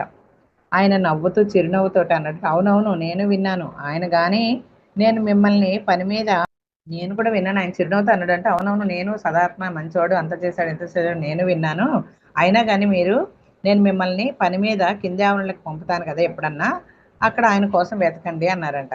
అయితే మాకు చాలా బాధ అనిపించింది. దైవిక ఉన్నత సదాత్మకు జిమ్మి అంకుల్ గురించి, ఆయన భూలోకంలో చేసిన పనుల గురించి అంతా చెప్పాలనుకున్నాం, కానీ దైవిక ఉన్నత సదాత్మ కదా, మాకన్నా ఎక్కువే తెలుసని మౌనంగా ఉండిపోయాము. కొంతకాలం తర్వాత దైవిక ఉన్నత సదాత్మ ఏం చేసిందంటే, వీళ్ళని పిలిచి, విస్పిని రతుని పిలిచి, మీ స్నేహితుడు జిమ్మి అంకుల్ గురించి తెలుసుకోవడానికి మీకు అవకాశం ఇస్తున్నాను, నేను మీకు పని చెప్తున్నాను, కింది ఆవరణలకు వెళ్ళి మీ పని పూర్తి చేసుకొని ఆయనను వెతికి పట్టుకోండి అని అన్నాడట. అప్పుడు ఏం చేశారు వీళ్ళు, కింది ఆవరణలకు వెళ్ళి పని చేసుకురావడం వీళ్ళకి ఎంతో సంతోషంగా అనిపించింది. ఎందుకంటే వాళ్ళ ఫ్రెండ్ అయిన జిమ్మి అంకుల్ని కలవచ్చు అని. మూడో ఆవరణలో మా పని పూర్తయ్యాక జిమ్మి అంకుల్ని పిలిచాం, బదులు రాలేదు. అక్కడ కూడా పిలిస్తే వాళ్ళకి బదులు రాలేదట. మాకు సంతోషం కలిగింది. మా ఆవరణకు తిరిగి వచ్చి దైవిక ఉన్నత సదాత్మకి ఈ విషయం చెప్పాం. అమ్మయ్య మూడో ఆవరణలో కూడా లేరు, అమ్మయ్య ఇక్కడ ఎంత బాధపడుతూ ఉంటాడు అని భయపడ్డాము, ఇక్కడ కూడా లేడులే అని చెప్పి వాళ్ళకి సంతోషం కలిగించి ఈ విషయం ఉన్నత సదాత్మకి చెప్పారట. ఆ దైవిక సదాత్మ అంట నవ్వి, విస్పిరతు, మీరు ఆయనను వెతికి పట్టుకోవాలని అనుకున్నాను, అలా జరిగితే మీకు బాగా మంచి జరిగే విషయం నేర్చుకుంటారు. మీరు కనుక ఆయన్ని వెతికి పట్టుకోవాలి అనుకున్నాను నేను, అలా కనుక జరుగుంటే మీరు ఒక మంచి విషయం నేర్చుకుంటారేమో అని అనుకున్నాను. అయితే నేను మీకు అనుమతి ఇస్తున్నాను, రక్షణ కూడా ఇస్తున్నాను. ఎందుకంటే లాస్ట్ మన పేజీలో ఏం చెప్పుకున్నామంటే, లాస్ట్ ఎపిసోడ్లో కింద ఆవరణకి వెళితే వాళ్ళందరూ కూడా వీళ్ళని పీక్కు తింటారు అనమాట. ఎందుకంటే అక్కడ అలా ఒకళ్ళనొకళ్ళు ద్వేషించుకుంటూ ఒకళ్ళనొకళ్ళు హింసించుకుంటూ ఉంటారు కదా, అందుకని కింద ఆవరణకి వెళ్ళారనమాట. ఎవరు వెళ్ళారంటే రక్షణ కవచాన్ని ఒకటి ధరించి వెళ్ళాలి కదా, వీళ్ళు కనపడకూడదు వాళ్ళకి, అలాంటి రక్షణ కవచం ఉంటుంది. అందుకని వీళ్ళు ఆడటం పాపం ఇంట్రెస్ట్ చూసి అతను అన్నాడంటే, సరే నేను మీకు అనుమతిస్తున్నాను, ఇంకా కింద ఆవరణకి వెళ్ళడానికి రెండో ఆవరణకి వెళ్ళండి, ఆయన ఎక్కడున్నాడో కనుక్కొని అడగండి అని చెప్పి అన్నాడంట. రక్షణ కూడా ఇస్తాను, మీకు అనుమతి ఇస్తాను, రక్షణ కూడా ఇస్తాను, రెండో ఆవరణకి వెళ్ళండి, అక్కడ ఉన్నారేమో కనుక్కోండి, ఏం పర్లేదు అని అనేసరికి వీళ్ళు అనుకున్నారట, మూడో ఆవరణ కన్నా కిందకి ఎప్పుడు పంపలేదు, మాకు బాగా ఆశ్చర్యంగాను భయము అనిపించింది. దైవిక ఉన్నత సదాత్మ మాకు రక్షణ ఉంటుందని హామీ ఇచ్చింది కాబట్టి కిందకి పంపారు, రక్షణ కూడా ఇచ్చి కిందకి పంపారు కదా అని చెప్పి వాళ్ళు భయాన్ని ధైర్యం తెచ్చుకున్నారనమాట, భయం వదిలేసి. రక్షణ దివ్యంగా ఉంది, ఎవరు మమ్మల్ని చూడలేదు, హాని చేయలేదు. మేము జిమ్మి అంకుల్ని ఆ చీకటిగా భయంకరంగా ఉన్న ఆవరణలో వెతికాం. అక్కడ ఆయనను ఆ స్థితిలో చూడడంతో దిగ్భ్రాంతి కలిగింది. ఆయన దిక్కుతోచక ఎంతో వేదన అనుభవిస్తున్నాడు. చూడండి కింది ఆవరణలో ఎలా ఉంటుందో. మేము ఆయనకు మాత్రమే కనిపించాము. మమ్మల్ని చూసి ఆశ్చర్యపోయాడు. ఎవరికీ కనిపించలేదంట. ఎందుకంటే కొంచెం అన్నా మంచి పనులు చేస్తున్నాడు కాబట్టి, అంటే అది నాటకమే అవ్వచ్చు, మంచి పేరు కోసం అవ్వచ్చు. కానీ ఈ అతనికి మాత్రమే వీళ్ళు కనిపించాడంట. రక్షణ కవచం ఉండడం వల్ల మిగతా వాళ్ళకి కనిపించలేదంట. మమ్మల్ని మాత్రం చూసి ఆశ్చర్యపోయాడట అతను. తాను ఎంత చెడ్డ ఆత్మో మాకు తెలిసిపోయిందని ఆయన చాలా సిగ్గుపడ్డాడంట. అంటే ఆరో ఆవరణ నుంచి ఎక్కడ రెండో ఆవరణ, అయ్యో నేను ఇక్కడ ఉన్నానని వీళ్ళు కనిపెట్టేసరే అని చెప్పి సిగ్గుపడిపోయాడంట అతను. అక్కడ ఏమన్నారు, మీరు ఆహా అంత మంచి వాళ్ళు ఇంత మంచి వాళ్ళని పొగిడారు కదా, అలాంటి వాళ్ళు ఇక్కడ నన్ను చూసేసి అతన్ని చూసేసరికి సిగ్గుపడ్డాడంట. ఇక్కడికి వచ్చే పని ఏం చేశారు మీరు జిమ్మి అంకుల్ అని చెప్పి ఈ రతు విస్పి అడిగారంట. మేము అడగకుండా ఉండలేకపోయాం అలా అని. అప్పుడు ఆయన తన కథ చెప్పాడంట. ఇది చాలా అవసరం ఈ కథ మనందరికీ. ఏంటో విందాం. అది చాలా భయంకరమైన కథ. ఆయన కథ చెప్పాడంట, చాలా భయంకరమైన కథ అంట. జిమ్మి అంకుల్ లాంటి మనిషి, పైకి ఎంతో పేరు మర్యాద మంచితనం ఉన్నట్టు కనిపించే వ్యక్తి లోపల ఇంత భయంకరమైన వాడు అల్పుడా అనిపించి ఆశ్చర్యపోయాం. ఆ కథ విన్నాక చాలా ఆశ్చర్యపోయారట వీళ్ళు. ఇంత పైకి ఇంత మంచిగా కనపడుతూ ఇలా ఉన్నాడా అని చెప్పి ఆశ్చర్యపోయాడంట. మరి ఆ కథ ఏంటో విందామా? 14వ తారీఖు వచ్చాం, మే నెలలో 1981 జిమ్మీ కథలోకి వచ్చామన్నమాట. ఈ హెడ్డింగ్ ఏంటంటే, సర్వశక్తివంతుడైన భగవంతుని మోసం చేయలేము. ఈ జిమ్మీ కథ ఏంటో చూద్దాం. ఇక్కడ మనకు తెలిసిపోతుంది భగవంతుని మోసం చేయలేము అని. ఆత్మసాక్షికి విరుద్ధంగానే ప్రవర్తిస్తాం, తప్పని తెలిసినా అలాగే ఉంటాం. అది ఎంత భగవంతుడికి ఎవరు చూసినా చూడకపోయినా లోపల ఎవరిని భ్రమ పెట్టించిన భగవంతుడి దగ్గర ఎవరు తప్పించుకోలేరు అని ఈ కథ మనకి స్పష్టం చేస్తుంది. ఆ కథ ఏంటో చూద్దాం. జిమ్మీ అంకుల్ చెప్పిన కథ ఎంత భయంకరమైందంటే దానిని మేము నమ్మలేకపోయాం. జిమ్మీ అంకుల్ని మేము ఎప్పుడూ ఆదర్శప్రాయుడిగా భావించాం కనుక దీనిని నమ్మలేకపోయాం. ఎప్పుడు దాన ధర్మాలు చేస్తూ పేదలకు సాయం చేస్తూ అందరినీ ప్రేమిస్తూ స్నేహంగా ఉండే మనిషి జిమ్మీ స్వయంగా తాను చెప్పిన కదా, తన గురించి తానే చెప్పుకున్నాడు అనమాట ఆ కథని. నా ప్రియమైన స్నేహితులైన విస్పి రతు, మీరు నన్ను ఎప్పుడూ సుందరమైన ఆత్మ అనుకున్నారు. లోకానికి నేను చూపిందంతా మీరు నమ్మారు. నేను కూడా నమ్మాను. నేను చేసిన ఘోర పాపాలను దేవుడు మన్నించాడని అనుకున్నాను. భూలోకం విడగానే స్వర్గానికి వెళ్ళాలని ఎన్నో మంచి పనులు చేశాను, దాన ధర్మాలు చేశాను, ఎన్నో మంచి పనులు చేశాను. నా పాపాలకు శిక్ష పడకూడదని ఇవన్నీ చేశాను. కానీ నాకేం దక్కాలో అదే దక్కింది. నన్ను నేను మోసం చేసుకున్నాను, భూలోకాన్ని కూడా మోసం చేశాను. కానీ దేవుడిని ఎవరు మోసం చేయలేరు. దేవుడిని ఎన్నడూ మోసం చేయలేరు, ఎవరు మోసం చేయలేరు. నేను మర్యాదస్తులైన మంచి మహిళకు కుమారుణ్ణి. ఎంతో గొప్పదంట ఆవిడ తల్లి. ఆమె మనసులో చెడు ఆలోచనలే ఉండేవి కాదట. నా తండ్రి దుష్టుడు. ఆయన మా అమ్మను వేధించి చెడుగా ప్రవర్తించమని బలవంత పెట్టేవాడు. ఆయన స్వార్థపరుడు, మాతో క్రూరంగా ప్రవర్తించేవాడు. ఆయన మా అమ్మను, సోదరులను, చెల్లెళ్లను, నన్ను తప్పు పనులు చేయమని బలవంత పెట్టేవాడు. చాలాసార్లు మా అమ్మ బాధతో ఇది తప్పు, మనం పాపం చేస్తున్నాం, ఇదంతా చాలా తప్పు అంటూ ఏడుస్తూ ఉండడం నేను చూశాను. మా నాన్న ఇదంతా పిచ్చి అని కొట్టుపడేసేవాడు. కొన్నాళ్లకు నేను, మా సోదరులు, చెల్లెళ్ళు అందరం క్రూరుడైన మా నాన్నను అభిమానించుతూ మా అమ్మను పిచ్చిదని, బుద్ధి లేనిదని భావించడం ఆరంభించాం. మా మంచి దయగల తల్లి మేము గౌరవించకుండా, ఆ తల్లినంట వీళ్ళు గౌరవించకుండా ఆయన చూసేవాడట. ఆమె మీద ప్రేమ కూడా పోయిందంట వీళ్ళకి. చూడండి, తండ్రి ఎలాగుంటే ఎలా నేర్పిస్తే పిల్లలు అలాగే నేర్చుకుంటారు. నాన్న తిడుతున్నాడు కదా, మనం కూడా తిడితే తప్పులేదు అమ్మని అనుకుంటారు వాళ్ళు. దానికి కూడా ఇక్కడ ఎంత చక్కగా చెప్తున్నారు చూడండి. వాళ్ళ నాన్న ఎలాగైతే పిచ్చిదని, బుద్ధి లేనిదని కొట్టి పడేశారో వీళ్ళు కూడా అలాగే మంచి దయగల తల్లిని మేము గౌరవించకుండా ఆయన అలా చేశాడు, ఆయన అలా చూశాడు, మాకు ఆమె మీద ప్రేమ పోయింది. తన పిల్లలు తండ్రి అడుగుజాడల్లో నడవడం చూసి మా అమ్మ ఎంతో ఆవేదన చెందేది. ఏ తల్లికైనా ఇది సహజమే. ఒకరోజు నాతో మా అమ్మ ఇలా అంది, జిమ్మి, మీ నాన్న చెప్పే పనులు చేయకు, అలా చేయడం తప్పు. నువ్వు మా పెద్ద కొడుకువు కనుక నీ తమ్ముళ్ళను చెల్లెళ్ళను కాపాడడానికి నాకు సహాయం చెయ్యి. నువ్వు పెద్ద కొడుకు కాబట్టి నీకు చెప్తున్నాను, అర్థం చేసుకుంటావని. వాళ్ళకి ఏం తెలియదు. నువ్వు వాళ్ళ చెల్లెళ్ళని వాళ్ళ తమ్ముళ్ళని కూడా కాపాడటానికి నా సహాయం చేయి నాన్న అని. పెద్ద కొడుకు కదా, నువ్వు అర్థం చేసుకుంటావు అని చెప్తున్నానని అడిగిందంట ఒకసారి. అయితే అతను ఏం చేశాడంట జిమ్మి, నేను ఆమె చెప్పిన దానికి బాగా నవ్వాను. మా అందరినీ భరించలేనంటున్నావు కదా, నువ్వే కొండ మించి దూకి చావరాదా అన్నాను. మేము ఒక లోయ సమీపంలో నివసించేవాళ్ళం. మా ఇంటి కిటికీలోంచి ఆమెకు కిటికీలోంచి ఆ లోయ సమీపంలో ఉండేవాళ్ళు. ఆ కిటికీలోంచి కనపడుతూ ఉంటుందట ఆ లోయ. ఆ లోపల వైపుకు చూపిస్తూ, ఇలా చావడం నీకు సరైనదే. మా నాన్న తెలివైనవాడు, ఆయనకి భారీగా నువ్వు తగవు, నదిలో పడి చావు అని అన్నాడంట కొడుకయ్యుండి తల్లిని. మంచి చెప్తే నువ్వు భరించలేవు, భరించలేను అంటున్నావు కాబట్టి నన్ను మంచిగా ఉండమంటావు ఎందుకు, అదిగో కనిపిస్తుంది కదా అని ఆ కిటికీలోంచి చూపించి ఆ లోయలో పడి చావు భరించలేకపోతే అన్నాడంట కొడుకు తల్లిని. ఆమె సరిగ్గా అలాగే చేసింది. మర్నాడు పోలీసులు మమ్మల్ని పిలిచారు. మా ఇంటి దగ్గరగా నది పక్కనే ఆమె శవం దొరికింది. నాకు దిగ్భ్రాంతి కలిగింది. అయినా అప్పుడు కూడా ఆమెను తెలివిలేనిది పిచ్చింది అనుకున్నారట.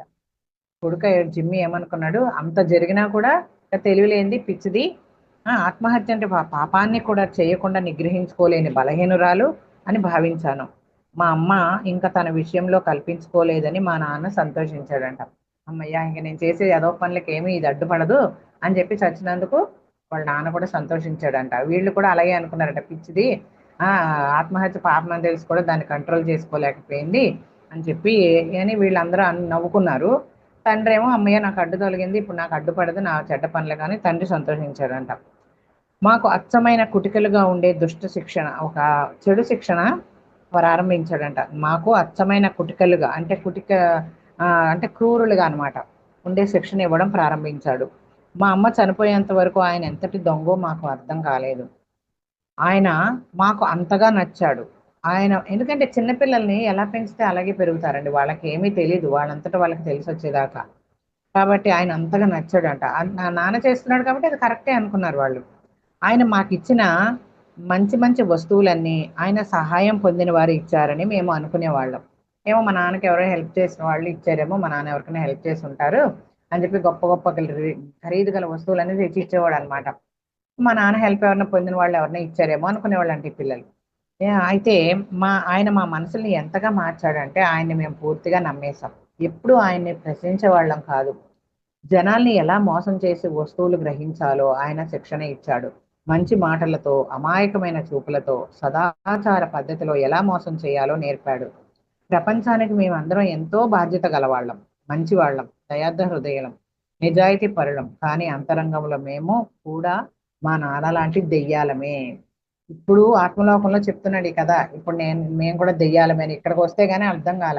అందుకే పత్రి సార్ మళ్ళీ మళ్ళీ చెప్తున్నాం. పత్రి సార్ అంటారు, అయ్యో అక్కడికి వెళ్ళాక అన్ని తెలుసుకొని బాధపడతాము, ఇంత ఘోరంగా ఉన్నామా అని. ఇక్కడే కళ్ళు తెరవండి, ఇక్కడే మంచిగా ఉండండి, ఇక్కడ ధ్యానం చేయండి చాలు, ధ్యానం చేస్తే చాలు, ఏది పొందాలో అది పొందుతాం, చేయాల్సింది చేస్తే పొందాల్సింది పొందుతాం అంటున్నాడు. ఇక్కడ మేము దెయ్యాలమని అక్కడ తెలుసుకున్నాడు ఈయన, ఈ జిమ్మి అక్కడికి వెళ్ళాక. ఇంకా కథ పూర్తవలేదు. ఏం చెప్తున్నాడంటే, మాకి ఘోరమైన విషయాలన్నీ నేర్పాక చివరికి ఆచూకీ వదలకుండా హత్య చేయటం కూడా నేర్పాక ఆయన విశ్రాంతి తీసుకున్నాడు. తాను కుటుంబ పెద్ద గనక కొల్లగొట్టిన ధనమంతా తనదేనని చెప్పాడు. చూడండి, ఎంతో డబ్బున్న వాళ్ళు మంచి వాళ్ళుగా పేరుంది కాబట్టి ఆ పోలీసులు కూడా ఆచూకీ లేకుండా చేశారనమాట. హత్య చేయడం అలా ఎలా చేయాలో హత్య అనేది కూడా నేర్పేశాడంట. మోసం చేయడం దొంగతనాలే కాదు, ఇట్లా ఆచూకీ లేకుండా ఒక సాక్ష్యం కూడా లేకుండా ఎలా హత్య చేయాలో అది కూడా నేర్పించాడంట. అన్ని నేర్పించేశాక విశ్రాంతి తీసుకుంటాడంట. నేనే సంపాదించాను కాబట్టి ఈ కొల్లగొట్టిన ధనమంతా తనదేనని చెప్పాడంట. వృద్ధులు, విధవరాళ్ళు లేదా ఒంటరి ఆడవాళ్లను ఎలా మభ్యపెట్టి వారి ప్రేమను సంపాదించాలో మాకు నేర్పాడు. వాళ్లతో కలిసి ఉంటూ వారికి ఉన్నదంతా దోచుకొని వారిని పేదరికంలోకి, నిరాశ నిస్పృహల్లోకి ఎలా నెట్టాలో చెప్పాడు. ఇలా ఎంతో మంది ఆడవారిని మోసం చేశానని ఆయన ఎప్పుడూ పోలీసులు పట్టుకోలేకపోయారని గర్వంగా చెప్పాడు. ఇంతమందిని మోసం చేశాను కానీ పోలీసులు ఎప్పుడు నన్ను పట్టుకోలేకపోయారని గర్వంగా చెప్పేవాడట. వాస్తవానికి ఎవ్వరూ అతన్ని వేలెత్తి చూపలేదు.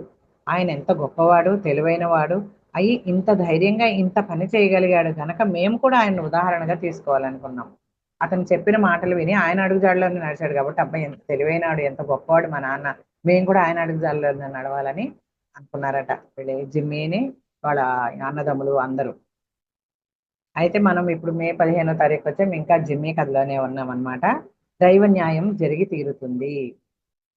ఇక్కడ హెడ్డింగ్ పేరంటే దైవ న్యాయం జరిగి తీరుతుంది. కొన్నాళ్ల పాటు మా నాన్న చెప్పిందే మేమందరం చేశాం. చెడ్డవాడైన మా తండ్రిని పూజించాం. ఆయన మమ్మల్ని అంధకార కూపంలోకి తీసుకెళ్ళాడు. మేము చాలా సంతోషంగా ఆయనను ఆరాధిస్తూ ఉండేవాళ్ళం. ఆయన మా మనసులను మార్చడంతో మేము సక్రమంగా ఆలోచించలేకపోయాం. మేము ఎంత దుర్మార్గమో మాకు అప్పుడు తెలియలేదు. వీళ్ళందరూ కూడా పిల్లలందరూ ఆయన మార్గంలో నడిచాడు, అది తప్పని వీళ్ళు అసలు గ్రహించలేకపోయారట. కూడా ఆలోచించలేండి, ఎంత దుర్మార్గులమో మాకు అప్పుడు తెలిసింది అని చెప్తున్నారు. కొన్నాళ్ళు సంతోషంగా గడిచాక మా నాన్నకు జ్వరం వచ్చింది. ఆయన జబ్బుని డాక్టర్లు గుర్తించలేకపోయారు. రక్త పరీక్ష చేయమన్నారు. ఆయనకు మధుమేహ వ్యాధి అంటే షుగర్ వ్యాధి ఉందని తెలిసిందంట. ఆహార నియమాలు కఠినంగా పాటించమన్నారంట. అందుకు ఆరోగ్యంపై శ్రద్ధ కనుక డాక్టర్లు చెప్పినట్టుగానే చేశాడట వాళ్ళ నాన్న, జిమ్మీ వాళ్ళ నాన్న. కొన్ని నెలలకు ఆరోగ్యం కుదుట పడిందంట. ఒకరోజు ఒంటరిగా బయటకు వెళ్ళాడు. ప్రమాదం జరిగింది, ఏదో యాక్సిడెంట్ జరిగిందంట. 2 కాళ్ళు 1 చెయ్యి తీసేయాల్సి వచ్చిందంట. ఇంకా మరో మార్గం లేనందువల్ల, అంతకంటే వేరే గత్యంతరం లేక యాక్సిడెంట్ జరిగినప్పుడు 2 కాళ్ళు 1 చెయ్యి కూడా తీసేయాల్సి వచ్చిందంట. ఆ దైవ న్యాయం ఆరంభమైందంట చెప్తున్నాడు జిమ్మి. ఇప్పుడు దైవ న్యాయం ఆరంభమైంది. కానీ తెలివిహీనులమైన మేము మాత్రం మా ప్రియమైన నాన్నను వేధిస్తున్నాడని దేవుడిని నిందించాం. వాళ్ళే చూడండి, తెలివిహీనులమైన మేము మాత్రం మా ప్రియమైన నాన్నను వేధిస్తున్నాడని దేవుడినే నిందించాం. కొన్నాళ్ల తర్వాత డాక్టర్లు ఆయన ఊపిరితిత్తుల్లో క్యాన్సర్ని కనుక్కున్నారు. అప్పుడు కూడా ముందులాగే దేవుడిని నిందించాం. మేము చేసే ఘోరాలు మాత్రం మానలేదు. మా నాన్నకు మా చెల్లెళ్ళు సేవ చేసేవాళ్ళు. ఆ నొప్పి భరించరానిదైంది. ఆయన బలహీనుడైపోయాడు. నొప్పి భరించలేక మా చెల్లెళ్ళను కొరడాలతో కొట్టేవాడు. తన బాధకు మేమందరమే కారణమని మా నాన్న అందరినీ తిట్టిపోసేవాడు. ఎంత ఘోరాతి ఘోరంగా దేవుడి న్యాయం ఆరంభమైందో చూడండి. మేము ఆయనను నిర్లక్ష్యం చేశామని, మేము చాలా స్వార్థపరులమని అన్నాడు. మా నాన్న అనారోగ్యం బాధ గురించి తెలిసి మా పూజారి మా ఇంటికి వచ్చాడు. మా నాన్న ఆయనకు మామూలుగానే స్వాగతం పలికాడు. అప్పట్లో పూజారులే కదండి, కొంచెం కొద్దిగా ఆయుర్వేద వైద్యం అంటే చేసేవాళ్ళు. అతను వచ్చి వెళ్తూ ఉండేవాడు. ఆయనకి మామూలుగా ఏమీ ఎరగనట్టుగా మంచిగా స్వాగతం పలికాడట వాళ్ళ నాన్న. నేను ఎవరికీ హాని చేయలేదు, మంచి పనులే చేశాను, అయినా నాకు ఎందుకు ఈ బాధ అని ఆ పూజారిని అడిగాడట తండ్రి. పూజారి కూడా వాళ్ళ నాన్న ఎంత దుష్టుడో తెలియదు కాబట్టి అతను కూడా నాన్న ఆరోగ్యం బాగా చేయమని దేవుడిని ప్రార్థించాడంట. సర్వశక్తివంతమైన భగవంతుడిని ప్రార్థించాడంట. ఆ పూజారి గారికి తెలియదు కదా వాళ్ళ నాన్న ఎంత దుష్టుడు అని చెప్పి ప్రార్థించాడు ఆయన కూడా. ఆ రోజు తర్వాత ఆయన ప్రతిరోజు సాయంత్రం 5 గంటలకు వచ్చేవాడు. మేమందరము ఆయన రాకకు సిద్ధంగా ఉండి 5 గంటలకు కొంచెం ముందుగా సద్గుణవంతులు సదాత్మలుగా ఉండేవాళ్ళు. చూడండి, వాళ్ళే ఎలా చెప్పుకుంటున్నారో పైలోకంలో చెప్తున్నాడు ఈ కథంతా. ఏం లాభం అండి చూడండి. ఆ పూజారి రోజు 5ంటికి వచ్చేవాడట ప్రతిరోజు వైద్యం చేయడానికి. అతను వచ్చే ముందు ఏం చేసేవారంట, మేమందరం ఆయన రాకకు సిద్ధంగా ఉండి 5 గంటలకి కొంచెం ముందుగా 5ంటికి వచ్చేవాడు కదా, 5ంటికన్నా కొంచెం ముందుగా సద్గుణవంతులుగా సదాత్మలుగా ఉండేవాళ్ళం. అంటే వాళ్ళు చెడ్డోళ్ళని వాళ్ళకి తెలుసు లోపల. ఆ పూజారి గారు వచ్చేసరికి అలా ఉండేవాళ్ళట మంచోళ్ళగా. ఒకనాడు పూజారి కొంచెం ముందుగానే మా ఇంటికి వచ్చాడు. ఎందుకో మరి ఏం పని అన్న తర్వాత ఏమన్నా తొందరగా ఎక్కడికైనా వెళ్ళాల్సి వచ్చిందేమో ముందుగా వచ్చాడట. ఆ సమయానికి మా నాన్న మా చెల్లెలను తన కష్టానికి వాళ్లే కారణమని అసహ్యమైన భాషలో తిడుతున్నాడు. అంతేకాకుండా చనిపోతున్న వృద్ధురాలు ఒక ఆమె ఎంత ఘోర బాధను అనుభవిస్తానని తనకు ఎన్ని శాపనార్థాలు పెట్టిందో చెబుతూ మళ్ళీ ఆమెను తనను శపించిన ఎందరినో ఆయనను శపించాడట. ఒకసారి వైద్యం చేసే పూజారి గారు కొంచెం ముందుగా వచ్చాడంట. అంటే ఇంకా 5ంటి దాకా రాడు కదా అని ఈయన ధోరణిలో ఉన్నాడు అనమాట. అతను వచ్చేటప్పటికి తన కూతుళ్ళని అందరినీ అంటే వీళ్ళ జిమ్మీ చెల్లెల్ని చాలా అసహ్యమైన భాషలో తిడుతూ ఉన్నాడట. తిడుతూ ఇంకేం చెప్తున్నాడు, ఒక వృద్ధురాలను ఆమెను ఎంత మోసం చేశాడో, ఆ మోసం చేసినందుకు ఆమె ఇతన్ని ఎన్ని శాపనార్థాలు పెట్టిందో కూడా చెప్తాడు. ఎవరెవరు ఎన్ని శాపనార్థాలు పెట్టాడో కూడా చెప్తూ వాళ్ళని తిడుతూ ఉన్నాడట. ఆయన గురించి ఆయన చెప్పుకుంటున్నాడట. పూజారికి విభ్రాంతి కలిగి పూజారి ఒకసారి ఆశ్చర్యపోయాడంట. ఇతను ఎంత మంచివాడు అనుకున్నాను అని కళ్ళారా చూశాడు కదా. చూసి ఇతని వెనక్కి తిరిగి మారు మాట్లాడకుండా వెళ్ళిపోయాడు. అతను చాలా తెలివైన వాడు, సదాచార పరాయణుడు. మా నాన్న దుర్మార్గుడని మమ్మల్ని కూడా పాడు చేసి ఉంటాడని అతను ఊహించాడట. ఆ పూజారి గారు కళ్ళారా చూసి చాలా తెలివైన వాడు కాబట్టి వీళ్ళని కూడా ఎలా పాడు చేశాడో, తండ్రి ఎంత దుర్మార్గుడో కనుక్కున్నాడు అనమాట. అయితే జిమ్మీ కథలో ఇంకో భాగంలోకి వచ్చామన్నట. 16 మే 16 వచ్చాము. ఇక్కడ ఏం చెప్తున్నారంటే పూజారి నిజంగానే తెలివైన వాడు. ఇక్కడ ఏంటంటే హెడ్డింగ్ దేవుడు చూస్తూనే ఉంటాడు.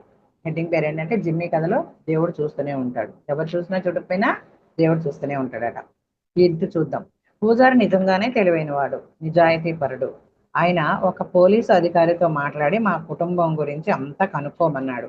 పోలీసులు అంతా కనుక్కున్నారు, సమాచారం సేకరించారు. కానీ దురదృష్టవశాత్తు వారికి సాక్ష్యం దొరకలేదు. చూడండి, తప్పు చేసేవాడు దొరికిపోయేలా చేస్తాడా? ఇంత క్రూరంగా ఉండేవాళ్ళు ఇంకెంత జాగ్రత్తగా ఉంటారు.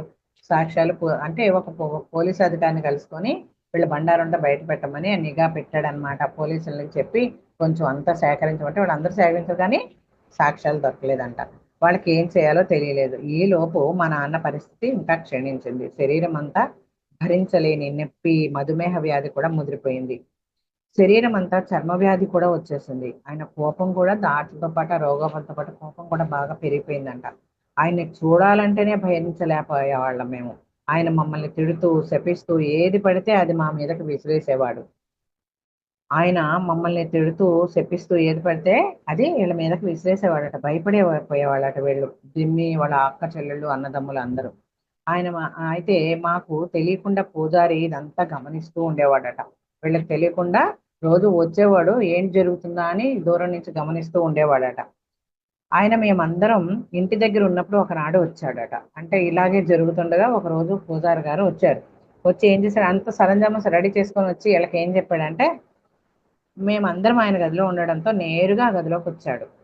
చూడండి, మీకు ఒక అద్భుతం చూపిస్తాను ఇప్పుడు. వాళ్ళ పిల్లలతో, జిమ్మి వాళ్ళతో చెప్తున్నాడట పూజారి గారు, మీకు ఒక అద్భుతం చూస్తారు మీరు ఇప్పుడు అంటూ మా నాన్నని చూసి, శాంతంగా ఉండు, ఈ అద్భుతాన్ని చూడు అన్నాడంట వాళ్ళ నాన్నతో. అంటే వీళ్ళందరూ ఇలాగే ఉన్నారు మామూలు ధోరణిలోనే.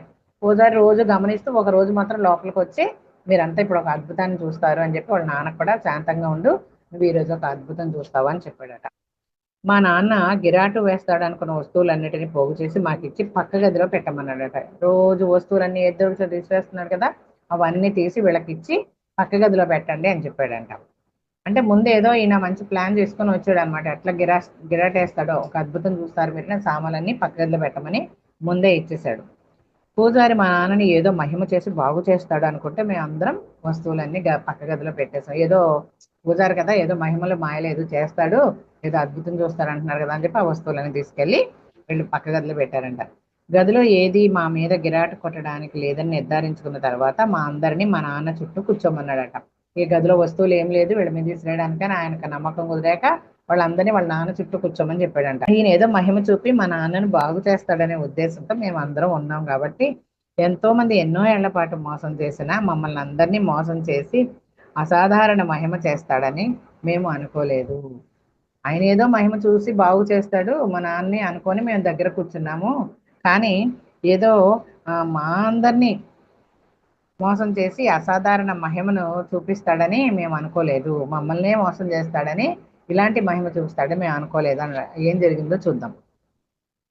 మేమందరం మా నాన్న మంచం మీద ఆయన చుట్టూ కూర్చున్నాం. పూజారి గది తలుపు దగ్గర నిలబడ్డాడు. పైకి వినపడేలా ప్రార్థన చేస్తున్నట్ట. పూజారి ఆ గది దగ్గర నిలబడి పైకి వినిపించేలా దేవుడితో ప్రార్థన చేస్తున్నాడట. మా అందరికీ సాయం చేయడానికి, తనకు సాయం చేయమని దేవుడిని కోరాడంట. వీళ్ళందరికీ సాయం చేయమని దేవుడిని కోరుతున్నాడంట పెద్దగా పైకి. తర్వాత కొంచెం ఆగి మా నాన్న పాపాల క్రూర కథను చెప్పాడట.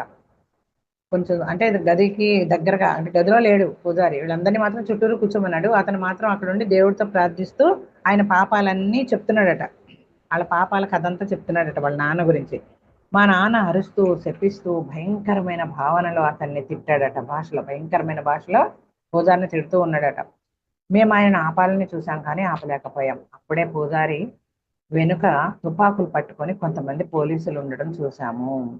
చూడండి, ఎంత సరంజామా రెడీ చేసుకొని వచ్చాడు ఈ పూజారి గారు.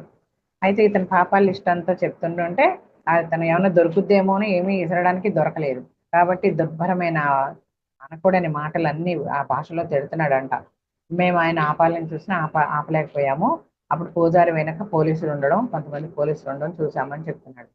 సర్వశక్తివంతుడైన భగవంతుడిని నిందించకు పాపాత్ముడా, నీకు ఇదే తగిన శిక్ష, నీ పాపాలకు తగిన ఫలితం అనుభవించు అన్నాడట పూజారి. ఇంకా నువ్వు చేసిన పాపాలకు నరకంలో ఎంత ఘోరమైన బాధలు అనిపిస్తున్నావో దేవుడికే తెలుసు. సర్వశక్తివంతుడైన భగవంతుని నీవు మోసం చేయలేవు. మమ్మల్ని అందరినీ బాగా మోసం చేశావు. నీ పిల్లల్ని కూడా మోసం చేశావు. వాళ్ళను కూడా నీలాగా పాపాత్మలను చేశావు. నీ భార్య నీ నీ భార్య జీవితం నాశనం కావడానికి, ఆత్మహత్య చేసుకోవడానికి నువ్వే కారణమయ్యావు. ఆమెను నీ దారిలోంచి తప్పిస్తే నీ పిల్లలపై ఆమె చెప్పే మంచి మాటల ప్రభావం పడదని నిన్ను ఎదిరించారని భావించావు. ఎవరికీ సాక్ష్యాలు దొరకకుండా జాగ్రత్త పడ్డావు. కానీ సర్వశక్తివంతుడైన భగవంతుడికి సాక్ష్యాలు అవసరం లేదని మరిచావు. ఇదే దైవ న్యాయం. పిల్లలు, మీ చెడు మార్గాలు వదిలిపెట్టండి. మరీ ఆలస్యం కాకముందే పశ్చాత్తాపం చెందండి. సర్వశక్తివంతుడైన భగవంతుడికి రుజువులు అవసరం లేదని గుర్తుపెట్టుకోండి. ఎప్పుడూ ఆయనను మోసగించలేరు. ఎవ్వరూ ఆయన న్యాయం నుంచి తప్పించుకోలేరు. అందుకే ఇంకా సమయం ఉండగానే మారండి. మీ నాన్న చూపిన చెడు మార్గం నుంచి మరలి దేవుడి మంచి మార్గంలో నడవండి. బాగా ఆలస్యం కాకముందే నిజాయితీగా పశ్చాత్తాపడని పూజారి గారు ఇదంతా చెప్పారట. అతని తండ్రిని తిడుతూ, మీరైనా బాగుండండి, దేవుడి దగ్గర ఎవరికి ఏమీ, ఈ పోలీసులకి ఇక్కడ భూలోకంలో కావాలంటే దేవుడి దగ్గర ఏమీ అవసరం లేదు, ఇప్పటికైనా పశ్చాత్తాపడి మీ నాన్న బాటలో ఉండకుండా మీరైనా మంచిగా ఉండండి అని చెప్పాడు అనమాట. తర్వాత ఆయన తలుపు వేసేసి వెళ్ళిపోయాడు. నాన్నతో సహా అందరం నిశ్చేష్లు అయిపోయాం. ఇలా చేస్తాడు పూజారి గారు అనుకోలేదు. ఏదో మహిమ చూపించి బాగు చేస్తాడు అనుకున్నారనమాట. వీళ్ళందరూ ఆశ్చర్యపోయారట. ఒక గంట సేపటికి మా నాన్న తేరుకొని చిన్న పిల్లాడిలా ఏడవడం మొదలుపెట్టాడు. దేవుడా, నన్ను తగిన విధంగానే శిక్షించావు. నా శిక్ష సరైనదే. నాకు ఈ శిక్ష సరైనదే. నన్ను క్షమించు దేవుడా, నేను తప్పు చేశాను. నా పాపపు జన్మ త్వరగానే ముగుస్తున్నందుకు నాకు సంతోషంగా ఉంది. ఇక నేను ఎవ్వరికీ హాని చేయలేను దేవుడా, నన్ను త్వరగా చంపేయి అంటే వాళ్ళ నాన్న ఏడుస్తూ దేవుడిని ప్రార్థిస్తూ ఉన్నాడట, పశ్చాత్తాపడుతూ. తర్వాత అపస్మార స్థితిలోకి వెళ్ళిపోయి అట్లాగా 2 రోజుల్లో చనిపోయాడట. అలా అయ్యేసరికి వీళ్ళు అలా ప్రార్థిస్తూ ఏడుస్తూ అపస్మారక స్థితిలోకి వెళ్ళిపోయాడట. వీళ్ళందరూ ఆశ్చర్యపోయారట. ఆయన చేసే పాపాలన్నీ ఒప్పేసుకున్నాడు అనమాట. మా నాన్నకి స్పృహ లేదు. 2 రోజుల తర్వాత చనిపోయాడు. మేమందరం విచిత్రంగా స్పందించాం. దేవుడి తీర్పును అంగీకరించకుండా ఆయనను నిందించాం. అంటే ఇలా చేసేవి, మమ్మల్ని ఇలా పెంచావని చెప్పి ఆ దేవుడిని తీర్పు కూడా సందేహించకుండా దేవుడు ఏం తీర్పిస్తాడు ఎందుకని పూజారి చెప్పినట్టు వినకుండా తండ్రిని నిందిస్తూ ఉన్నాడట. ఒకళ్ళని ద్వేషించుకుంటూ అనుమానించడం మొదలుపెట్టాం. వాళ్ళలో వాళ్ళు చెల్లెళ్ళు తమ్ముళ్ళు అందరూ ఒకళ్ళనొకళ్ళు తండ్రిని తిట్టుకుంటూ వాళ్ళు తిట్టుకుంటూ ఉన్నారట. నా చిన్ని సోదరుడు చిల్లి గవ్వ తీసుకోకుండా ఇల్లు వదిలిపెట్టి వెళ్ళిపోయాడట. మరి పాశ్చాత్తాపం పొందాడో ఏమో తెలియదు. ఆ చిన్ని తమ్ముడు మాత్రం ఏమి తీసుకోకుండా వెళ్ళిపోయాడంట. మా నాన్నకు పెద్ద కొడుకుగా నేనంటే చాలా ఇష్టం. డబ్బు నగలు అన్ని నా చేతికిచ్చి రహస్యంగా దాయమనేవాడట. ఎప్పుడు దొంగతనం చేసుకొచ్చిన డబ్బులన్నీ. మా తమ్ముడు వెళ్ళిపోగానే ఆ ధనమంతా తీసుకొని నేను ఇల్లు వదిలిపెట్టి వెళ్ళిపోయాను. నా మిగిలిన తమ్ముళ్ళు చెల్లెళ్ళు ఏమయ్యారో నాకు తెలియదు. నేను మాత్రం ఆ డబ్బులన్నీ తీసుకొని వెళ్ళిపోయాను. నేను పేరు మార్చుకొని పెద్ద మొత్తంలో డబ్బు నగలు పట్టుకొని బొంబాయి చేరాను. నా చెల్లెళ్లకు తమ్ముళ్లకు ఒక్క పైసా కూడా వదలలేదు. అంతా నేనే తీసుకున్నాను. నేను ధనవంతుడిగా బొంబాయికి వచ్చాను. మీ అందరూ నన్ను గౌరవించారు. ఇప్పుడు ఈ విస్పి రతు ఉన్న బొంబాయికి వచ్చాడు అనమాట. ఆ డబ్బులన్నీ, అలా సంపాదించిన డబ్బులన్నీ తీసుకొని చెల్లెళ్ళకి తమ్ముళ్ళకి ఏమి ఇవ్వకుండా, చిన్న తమ్ముడు అయితే ఇల్లు వదిలి వెళ్ళిపోయాడు ఏం తీసుకోకుండా. మిగిలిన డబ్బు అంతా తమ్ముళ్ళకి చెల్లెళ్ళకి ఇవ్వకుండా ఆ డబ్బులన్నీ పట్టుకొని విస్పి రతు ఉన్న బొంబాయికి వస్తే ఈ ధనవంతుడిగా మీకు పరిచయం అయ్యాను. మీరు నన్ను అందరూ గౌరవించారు. నా పని నిరాటకంగా చేసుకోవటానికి అవకాశం ఉందని అందమైన తెలివిలేని, అంటే వీళ్ళు చేసే ఇంకా మారలేదనమాట. ఆ డబ్బంతా తీసుకొని బొంబాయికి వచ్చాడు. విస్పి రతు ఉన్న ప్లేస్కి వచ్చాడు అనమాట. అంటే వీళ్ళందరి ముందు నటిస్తున్నాడు. కానీ దీనికి ఎటువంటి ఇది చేసే వెధ పనులకి ఏమీ ఆటంకం కలగకుండా ఉండడానికి ఒక అందమైన తెలివి లేని అమ్మాయి. ఇందాక చెప్పుకున్నాం కదా ముందు పేజీలో, అందమైన తెలివి లేని అమ్మాయిని ఎందుకు చేసుకున్నాడో ముందు చదువుకుంటామని చెప్పాను కదా. ఇందుకే అనమాట, తను చేసే ఏదో పనులకి అడ్డు రాకుండా తెలివి లేని అందమైన అమ్మాయిని చేసుకున్నాడట. కావాలనే ఉద్దేశపూర్వకంగా పెళ్లి చేసుకున్నాను. పూజారి కోరినట్టుగా నేను బాగుపడలేదు. చూడండి ఎంత ఇదిగా ఒప్పేసుకుంటున్నాడు. ఇతని స్టోరీ అంతా ఎలా చెప్తున్నాను. నేను తరచుగా కాకుండా అప్పుడప్పుడు ఎవ్వరికీ తెలియకుండా పని చేసేవాడిని. అంటే ఆ దొంగతనం పనులు అవన్నీ తండ్రి ఏమేది నేర్పించాడో దాన్నే ఇక్కడ పని అంటున్నాడు వీడు. వాళ్ళ పని అదే కదా మరి. కాబట్టి అలా పని ఎవరికి తెలియకుండా పని చేసేవాడిని. నేనేం చేస్తున్నానో నా కుటుంబానికి తెలియదు. బొంబాయిలో నేను ధనవంతుడైన గౌరవనీయుడిని, ముక్కుసూటి వాడిని. కానీ బొంబాయి విడిచిపెట్టి నా భయంకరమైన వ్యాపారాన్ని కొనసాగించడానికి రకరకాలుగా ప్రవర్తించేవాడిని. ధనవంతుడు, గౌరవనీయుడు, నిజాయితీపరుడైన జిమ్మీ అంకులు ఇతను ఒక్కరే అంటే ఎవరూ నమ్మలేరు. ఇదిగా నేను ప్రవర్తించేవాడిని. ఇది నా కథ. ఇప్పుడు మీ మీకు అర్థమైంది అనుకుంటాను నేను ఎందుకు చీకటిగా భయంకరంగా ఉన్న చోట ఉన్నానని. నేను నా పాపాలు పోతాయని ఎన్నో దాన ధర్మాలు చేశాను. అంటే అతను చేసిన దాన ధర్మాలు ఈ రతు విసిపి ఏమనుకున్నారు, ఆ దాన ధర్మాలనే చూశాడు.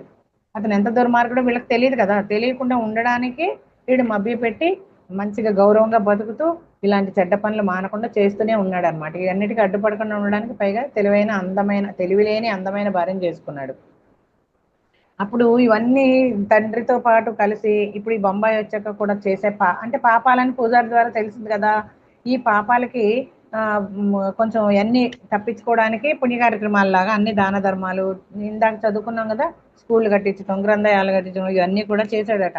అందరికి డబ్బులు చీరలు పంచడం, ఇవన్నీ పైన చూసేవాళ్ళు ఏమనుకుంటారు, అబ్బాయి ఎంత దానగాడు, ఎంత మంచివాడు, ఎంత దాన ధర్ముడు, ధర్మదాత, దయగల గుణం కలవాడు అని ఇలా అనుకోవాలని చెప్పి నా పాపాలు పోతాయని చేశాడట. ఇంతవరకు చేసిన పాపాలు పోతాయేమో అని ఈ దాన ధర్మాలన్నీ చేశాను, ఎన్నో మంచి పనులు చేశాను, తప్పకుండా స్వర్గానికి వెళ్తానని అనుకున్నాను. కానీ దేవుడిని ఎవరు మోసం చేయలేరు. అందుకని నేను ఇక్కడ ఉన్నానని జిమ్మి కథ తన కథ తానే అక్కడ ఎందుకు అంకుల్ మీరు ఇక్కడ ఉండడం ఏంటి అని అడిగినందుకు, ఎలాగ ఉంటే ఎలాగ వస్తారు అనేది నాకదే ఉదాహరణ అని ఆయన కథ ఆయనే చెప్పుకున్నాడు అనమాట. చూడండి, అంటే పాపాలు పోవాలని ఈ దాన ధర్మాలన్నీ చేశాడు కాబట్టి, కొద్దిగైనా మంచి ఉంది కాబట్టి వీళ్ళకి కనపడ్డాడు, వీళ్ళని చూడగలిగాడు. రక్షణ కవచాలు వేసుకున్నా కూడా ఆ కొంచెం గొప్ప ఏ ఉద్దేశమైనా కానీ ఈ కొంచెం గొప్ప చేశాడు కదా, పాపాలు పోవాలని దాన ధర్మాలు ఏ చేశాడు కదా, వాటి వల్ల కొంతమంది బాగుపడ్డారు కదా. ఆ ఒక్క పుణ్యం వల్ల వీళ్ళు కనిపించారనమాట. మిగతా వాళ్ళు ఎవరికి ఆ నిమ్న లోకాల్లో ఎవరు కనపడకుండా రక్షణ కవచం వేసుకొని వచ్చారు కదా, అయినా కానీ ఇతనికి ఎందుకు కనపడ్డాడంటే ఆ ఒక్క పుణ్యం వల్ల అనమాట. ఈ వేరే ఉద్దేశంతోనే చేసి ఉంటాడు. అంటే ఈ పాపాలు పోవాలి, చేసిన పాపాలన్నీ ఇప్పుడు దాకా చేసిన పాపాలు తండ్రితో కలిసి చేసినవి, ఇక్కడ బొంబాయి వచ్చాక అందరితో మంచివాడుగా ఉంటూ ఎక్కడికో వెళ్ళిపోయి ఏదో పనులు చేసే అన్నీ కూడా పాపాలన్నీ పోవాలని ఈ దాన ధర్మాలు ఇవన్నీ చేశాను. కానీ దేవుణ్ణి మాత్రం మోసం చేయలేకపోయాను. ఇది నాయన నా కదా. ఎందుకు అంకుల్ జమ్మి అంకుల్ మీరు ఇక్కడ ఎందుకు ఉన్నారు అన్నందుకు అతనికి అదంతా ఎంత ఘోరంగా ఉండేవాడిని నేను, ఇక్కడికి అందుకే వచ్చానని తెలుసుకున్నాడు. మరి ఇక్కడ కూడా పశ్చాత్తాపడితే మాత్రం పైలోక ఆవరణలోకి వెళ్ళొచ్చు అనమాట అని చెప్పి అందుకనే ఇక్కడ ఉన్నానని చెప్పాడు.